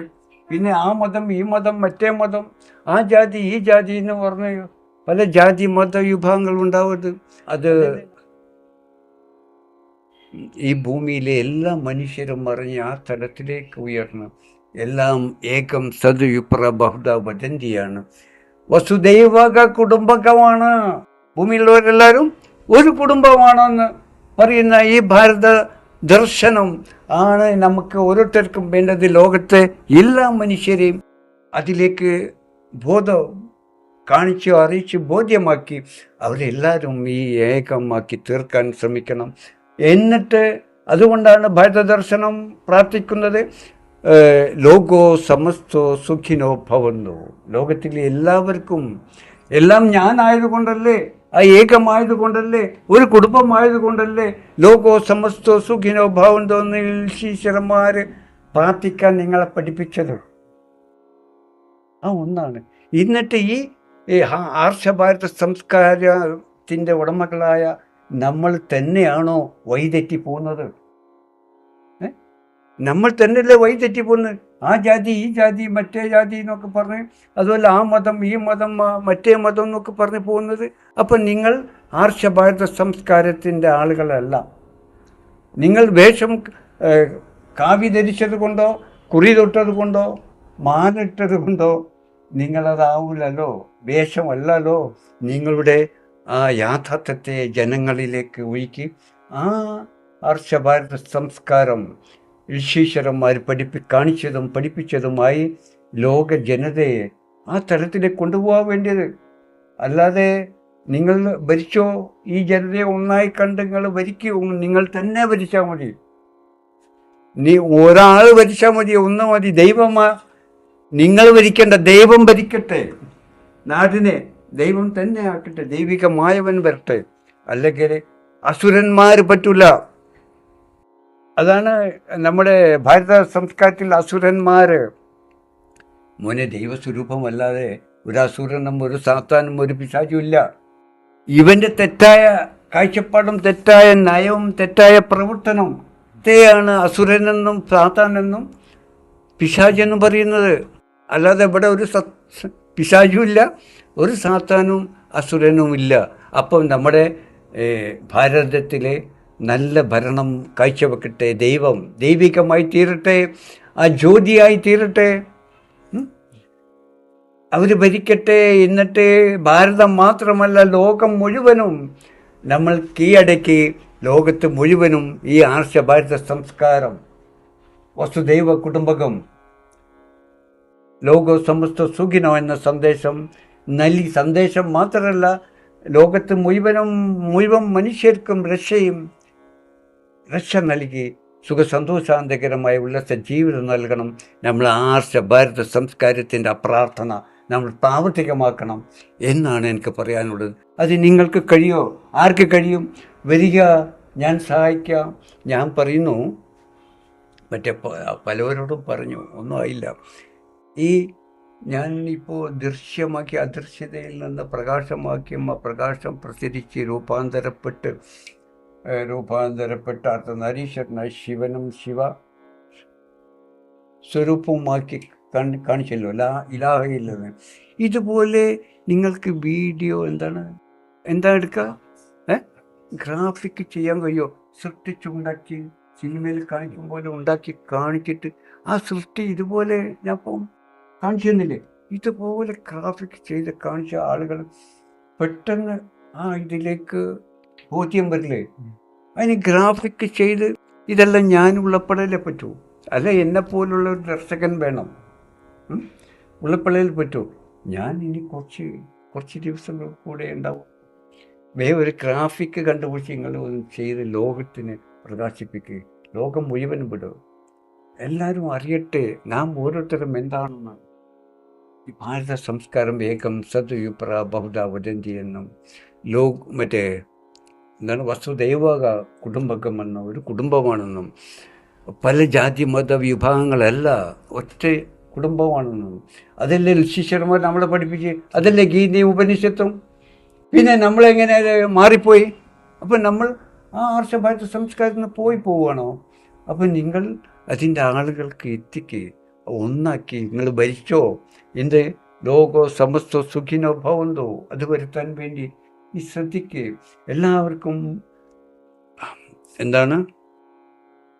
സ്വർഗത്തെ, ഒരു നല്ലൊരു സ്വർഗത്തെ സൃഷ്ടിച്ചെടുക്കുക, വൈകുണ്ഠത്തെ സൃഷ്ടിച്ചെടുക്കുക. അതാണ് വൈകുണ്ഠം. വൈകുണ്ഠത്തെ സൃഷ്ടിച്ചെടുക്കാൻ നിങ്ങൾ കൊണ്ട് കഴിയോ? അതാണ് ഭരിക്കേണ്ടത്, അതാണ് ഭരണകർത്താക്കൾ.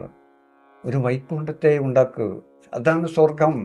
എല്ലാവർക്കും സുഖം, സന്തോഷം, ഐശ്വര്യം, ആനന്ദം കിട്ടുന്ന ഒരു ലോകത്തെ സൃഷ്ടിച്ചു കൊടുക്കണം, ഉണ്ടാക്കണം. അതാണ് ഭാരത സംസ്കാരം. അതാണ് നമ്മളെ ഭരണകർത്താക്കൾ ശ്രദ്ധിക്കേണ്ടത്. അല്ലാതെ ഇവിടെ വിഭാഗീയത, ജാതി, മതോ, ആ ജാതി ആ പ്രദേശത്ത് നിന്ന് ഈ പ്രദേശത്ത് നിന്ന് എല്ലാ ഭൂമി മുഴുവനും ഞാൻ പറയുന്നു മറ്റേ എന്താണ് ഭാരത സംസ്കാരത്തിൻ്റെ ഇതിനെന്താ പറയുക, ഈ ഭൂമി അർദ്ധനാരീശ്വരനായ പ്രപഞ്ചമാണ്, പ്രപഞ്ചഗർഭമായ മാതാവ് അർദ്ധനാരി ഭൂമി ഭൂഗോളമാണ്. ഈ ഭൂഗോളത്തിലുള്ള നാം എല്ലാം ഒന്നാണ്. പിന്നെ ലണ്ടൻ, അമേരിക്ക, പിന്നെ എന്താണ് റഷ്യ, പാകിസ്ഥാന്, ബംഗ്ലാദേശ്, ഇങ്ങനെ ഒരു രാഷ്ട്രമില്ല. നമ്മുടെ അർദ്ധനാരീശ്വരനായ സംസ്കാരത്തിൽ, ഭാരത സംസ്കാരത്തിൽ എന്താണ് ആ ഗ്രന്ഥത്തിന് എന്താ പറയുക, ഗീത ഉപനിഷത്ത് പറയുന്ന ആ ഗ്രന്ഥങ്ങൾ പറഞ്ഞ ഋഷീശ്വരന്മാർ നമ്മളെ പഠിപ്പിച്ച് രചിച്ച് തന്ന മാതാവ് ഭാരതം. അപ്പോൾ ഈ അർദ്ധനാരീശ്വരൻ, അർദ്ധനാരി എന്ന് പറഞ്ഞത് ഈ ഭാരതം എന്ന് പറഞ്ഞ ചെറിയ പ്രദേശത്താണോ, ഇന്ത്യയാണോ? അല്ല, ഈ ഭൂഗോളം ആകെ നാരി. പിന്നെ നിങ്ങൾ ആ പ്രദേശത്ത് പറ്റില്ല, ഈ പ്രദേശത്ത് അവർ പറ്റില്ല, ഇവർ പറ്റില്ല എന്ന് പറയുന്നത്, ഈ ഭൂഗോളം ആകെയാണ് അർദ്ധനാരി ഈശ്വരൻ. അല്ല മോനെ? ഇതല്ലേ നമ്മളെ ഭാരത സംസ്കാരം നമ്മളെ പഠിപ്പിക്കുന്നു, ഇതാക്കുന്നു. പിന്നെ ഇത് നിങ്ങൾക്ക് അറിയില്ലെങ്കിൽ നിങ്ങൾ ആ ദർശകരായ ആളുകളെ കണ്ടെത്തുക, അല്ലെങ്കിൽ ഇവിടെ ഞാൻ കാണിച്ചു തരാം, ബോധ്യപ്പെടുത്തി തരാം. അയ്യോ, നിങ്ങൾക്ക് വേണ്ടിയാണ്, ഈ ദൈവസ്വരൂപത്തിന് വേണ്ടിയാണ്. ദൈവമാണ് അർദ്ധനാരീശ്വരനായ ശിവനും, ശിവൻ തന്നെ പുനർജന്മ ശിവാവതാരവും. ഇതിനു വേണ്ടിയാണ് ഈ ഭൂമി നിലകൊള്ളുന്നതും. ആ പ്രകാശം ജീവജലവും ഭക്ഷ്യവസ്തുക്കളും ഓക്സിജനും എല്ലാം നൽകി പരിപാലിച്ചു പോരുന്ന ജ്യോതിയെ, പ്രകാശത്തെ, നൂറുള്ളയെ കണ്ടില്ലേ, എല്ലാം നൽകിക്കൊണ്ടിരിക്കുന്ന ഈ സസ്യങ്ങൾ, ഈ വൃക്ഷം, ഈ നിലകൊള്ളുന്ന വൃക്ഷങ്ങൾ ആർക്ക് വേണ്ടി നിലകൊള്ളുന്നു? ഏത് ദൈവത്തിന്? നിങ്ങൾക്ക് വേണ്ടി. ഈ ദൈവത്തിന്, ഈ ഈശ്വരന് വേണ്ടി. അതിൽ ചക്കയും മാങ്ങയും പഴങ്ങളും എല്ലാം ആരാ ഭുജിക്കുന്നത്? നിങ്ങൾക്ക് വേണ്ടി. ആ തടിമരം പാവം കഷ്ടപ്പെട്ട് അവിടെ നിൽക്കുന്നു, പൊട്ടി നിങ്ങളാ ഏറും കൊട്ടും അടിയും എല്ലാം കൊണ്ട് സഹിച്ച് നിൽക്കുന്നു. എന്നിട്ട് ആർക്ക് വേണ്ടിയാ നിൽക്കുന്നത്? നിങ്ങൾക്ക് വേണ്ടി അല്ലേ? പഴവും മറ്റേ കായ്കനികളൊക്കെ നിങ്ങൾക്കല്ലേ തരുന്നത്, തണലും ഓക്സിജനും ഒക്കെ. എന്നിട്ട് നിങ്ങൾക്ക് എന്തെങ്കിലും നന്ദിയുണ്ടോ? ശ്രദ്ധിക്കുന്നുണ്ടോ നിങ്ങൾ? ഏത് ദൈവത്തിൻ്റെ ആളാണ് നിങ്ങൾ? ഏത് ഗ്രന്ഥത്തിൻ്റെ, ഏത് മതത്തിൻ്റെ ആളാണ് നിങ്ങൾ? നോക്കുക, ആ സസ്യങ്ങൾ മുഴുവനും നിങ്ങൾക്ക് വേണ്ടി നിലകൊള്ളുന്നു. അതിൻ്റെ തടിമരം പോലും നിങ്ങൾ അറുത്തെടുത്തിട്ട് നിങ്ങൾ ഉപയോഗിക്കുന്നു. ആ ഇലയും തണ്ടും തടിയും പൂവും കായകളും പഴങ്ങളും എല്ലാം തടിമരം പോലും നിങ്ങൾക്ക് ആസ്വദിക്കുന്നത്. അപ്പം ആർക്ക് വേണ്ടിയിട്ടാണ് സസ്യങ്ങളും വൃക്ഷങ്ങളും എല്ലാം നിലകൊള്ളുന്നത്? നിങ്ങൾക്ക് വേണ്ടിയാണ്. നിങ്ങളാണ് അതെല്ലാം അനുഭവിക്കുന്നത്. എന്നുപോലെ ഉറുമ്പ് മുതൽ എന്തെങ്കിലും ഇവിടെ വീണ് പോയാൽ ഉറുമ്പ് വന്നിട്ട് ആ സ്ഥാനം എടുത്ത് കൊണ്ടുപോകും. നിങ്ങളെ പരിസരം ശുദ്ധിയാക്കാൻ എറുമ്പ് മുതൽ എല്ലാ ജീവജാലങ്ങളും നിങ്ങളെ പരിസരം, നിങ്ങളല്ല, ദൈവത്തിന് സുഖമായി ജീവിക്കാൻ വേണ്ടുന്ന ലോകോസ്തു സമസ്തോ സുഖിന ഭവന്തു എന്ന് പറഞ്ഞ പോലെ ആ ഈശ്വരൻ ഇവിടെ എല്ലാ സജ്ജീകരണങ്ങളും സുഖജീവിതത്തിന് വേണ്ടി ചെയ്തിരിക്കുന്നു. ഇവിടെ വൈകുണ്ഠമാണ് സൃഷ്ടിച്ചിരിക്കുന്നത്. നിങ്ങളതിനെ നരകമാക്കി കളയരുത്. ഇവിടെ വൈകുണ്ഠത്തെയാണ് സൃഷ്ടിച്ചിരിക്കുന്നത്. നിങ്ങളെ പരിസരം മലിനീകരണത്തിൽ നിന്ന് ശുചിയാക്കാൻ ജീവജാലങ്ങളിൽ ചില വാതകങ്ങൾ തന്നെ നിങ്ങൾക്ക് ഇവിടെ വന്നിട്ട് നിങ്ങൾക്ക് മരണത്തിനും ജീവിത അസുഖവും ഒക്കെ ഉണ്ടാക്കാൻ സാധ്യതയുണ്ട്. അതിനെല്ലാം വലിച്ചെടുക്കാനും അതിനെല്ലാം പരിപാലിച്ച് നിങ്ങൾക്ക് സ്വർഗലോകത്തെ, വൈകുണ്ഠത്തെ സൃഷ്ടിക്കെടുക്കാൻ വേണ്ടിയാണ് ദൈവം, ഈശ്വരൻ എല്ലാം സംവിധാനിച്ചിരിക്കുന്നത്. എന്നിട്ട് നിങ്ങൾ ഈ സ്വർഗത്തെ, വൈകുണ്ഠത്തെ നിങ്ങൾ നരകമാക്കി കളയരുത്. നിങ്ങൾ നരകമാക്കി കളയുകയാണ് ഇവിടെ.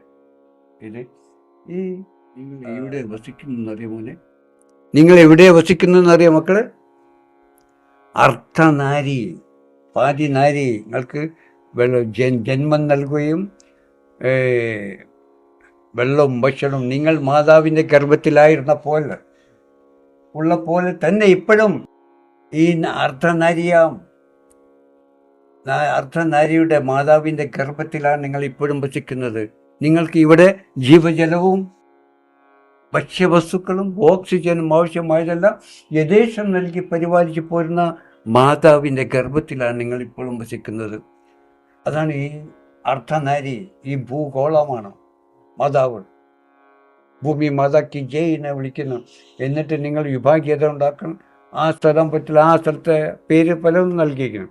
ഇവിടെ നിങ്ങൾ കഷ്ണങ്ങളാക്കി മാറ്റി ലണ്ടൻ, അമേരിക്ക, മറ്റേ ആ നാട്, ഈ നാട്, മറ്റേ നാട്, നിങ്ങളുടെ സ്വാർത്ഥ താല്പര്യത്തിനല്ലേ മുറിച്ചു മാറ്റിയത്. എന്നിട്ട് യുദ്ധവും മറ്റും മറിച്ചും എല്ലാം നൽകി ജനങ്ങളും കോടാനക്കോടി നഷ്ടപ്പെടില്ലേ യുദ്ധത്തിൽ. ജീവനും കോടാനക്കോടികളും സമ്പത്തും എല്ലാം. ബുദ്ധി എന്താ ഇല്ലാത്തത് മക്കളെ?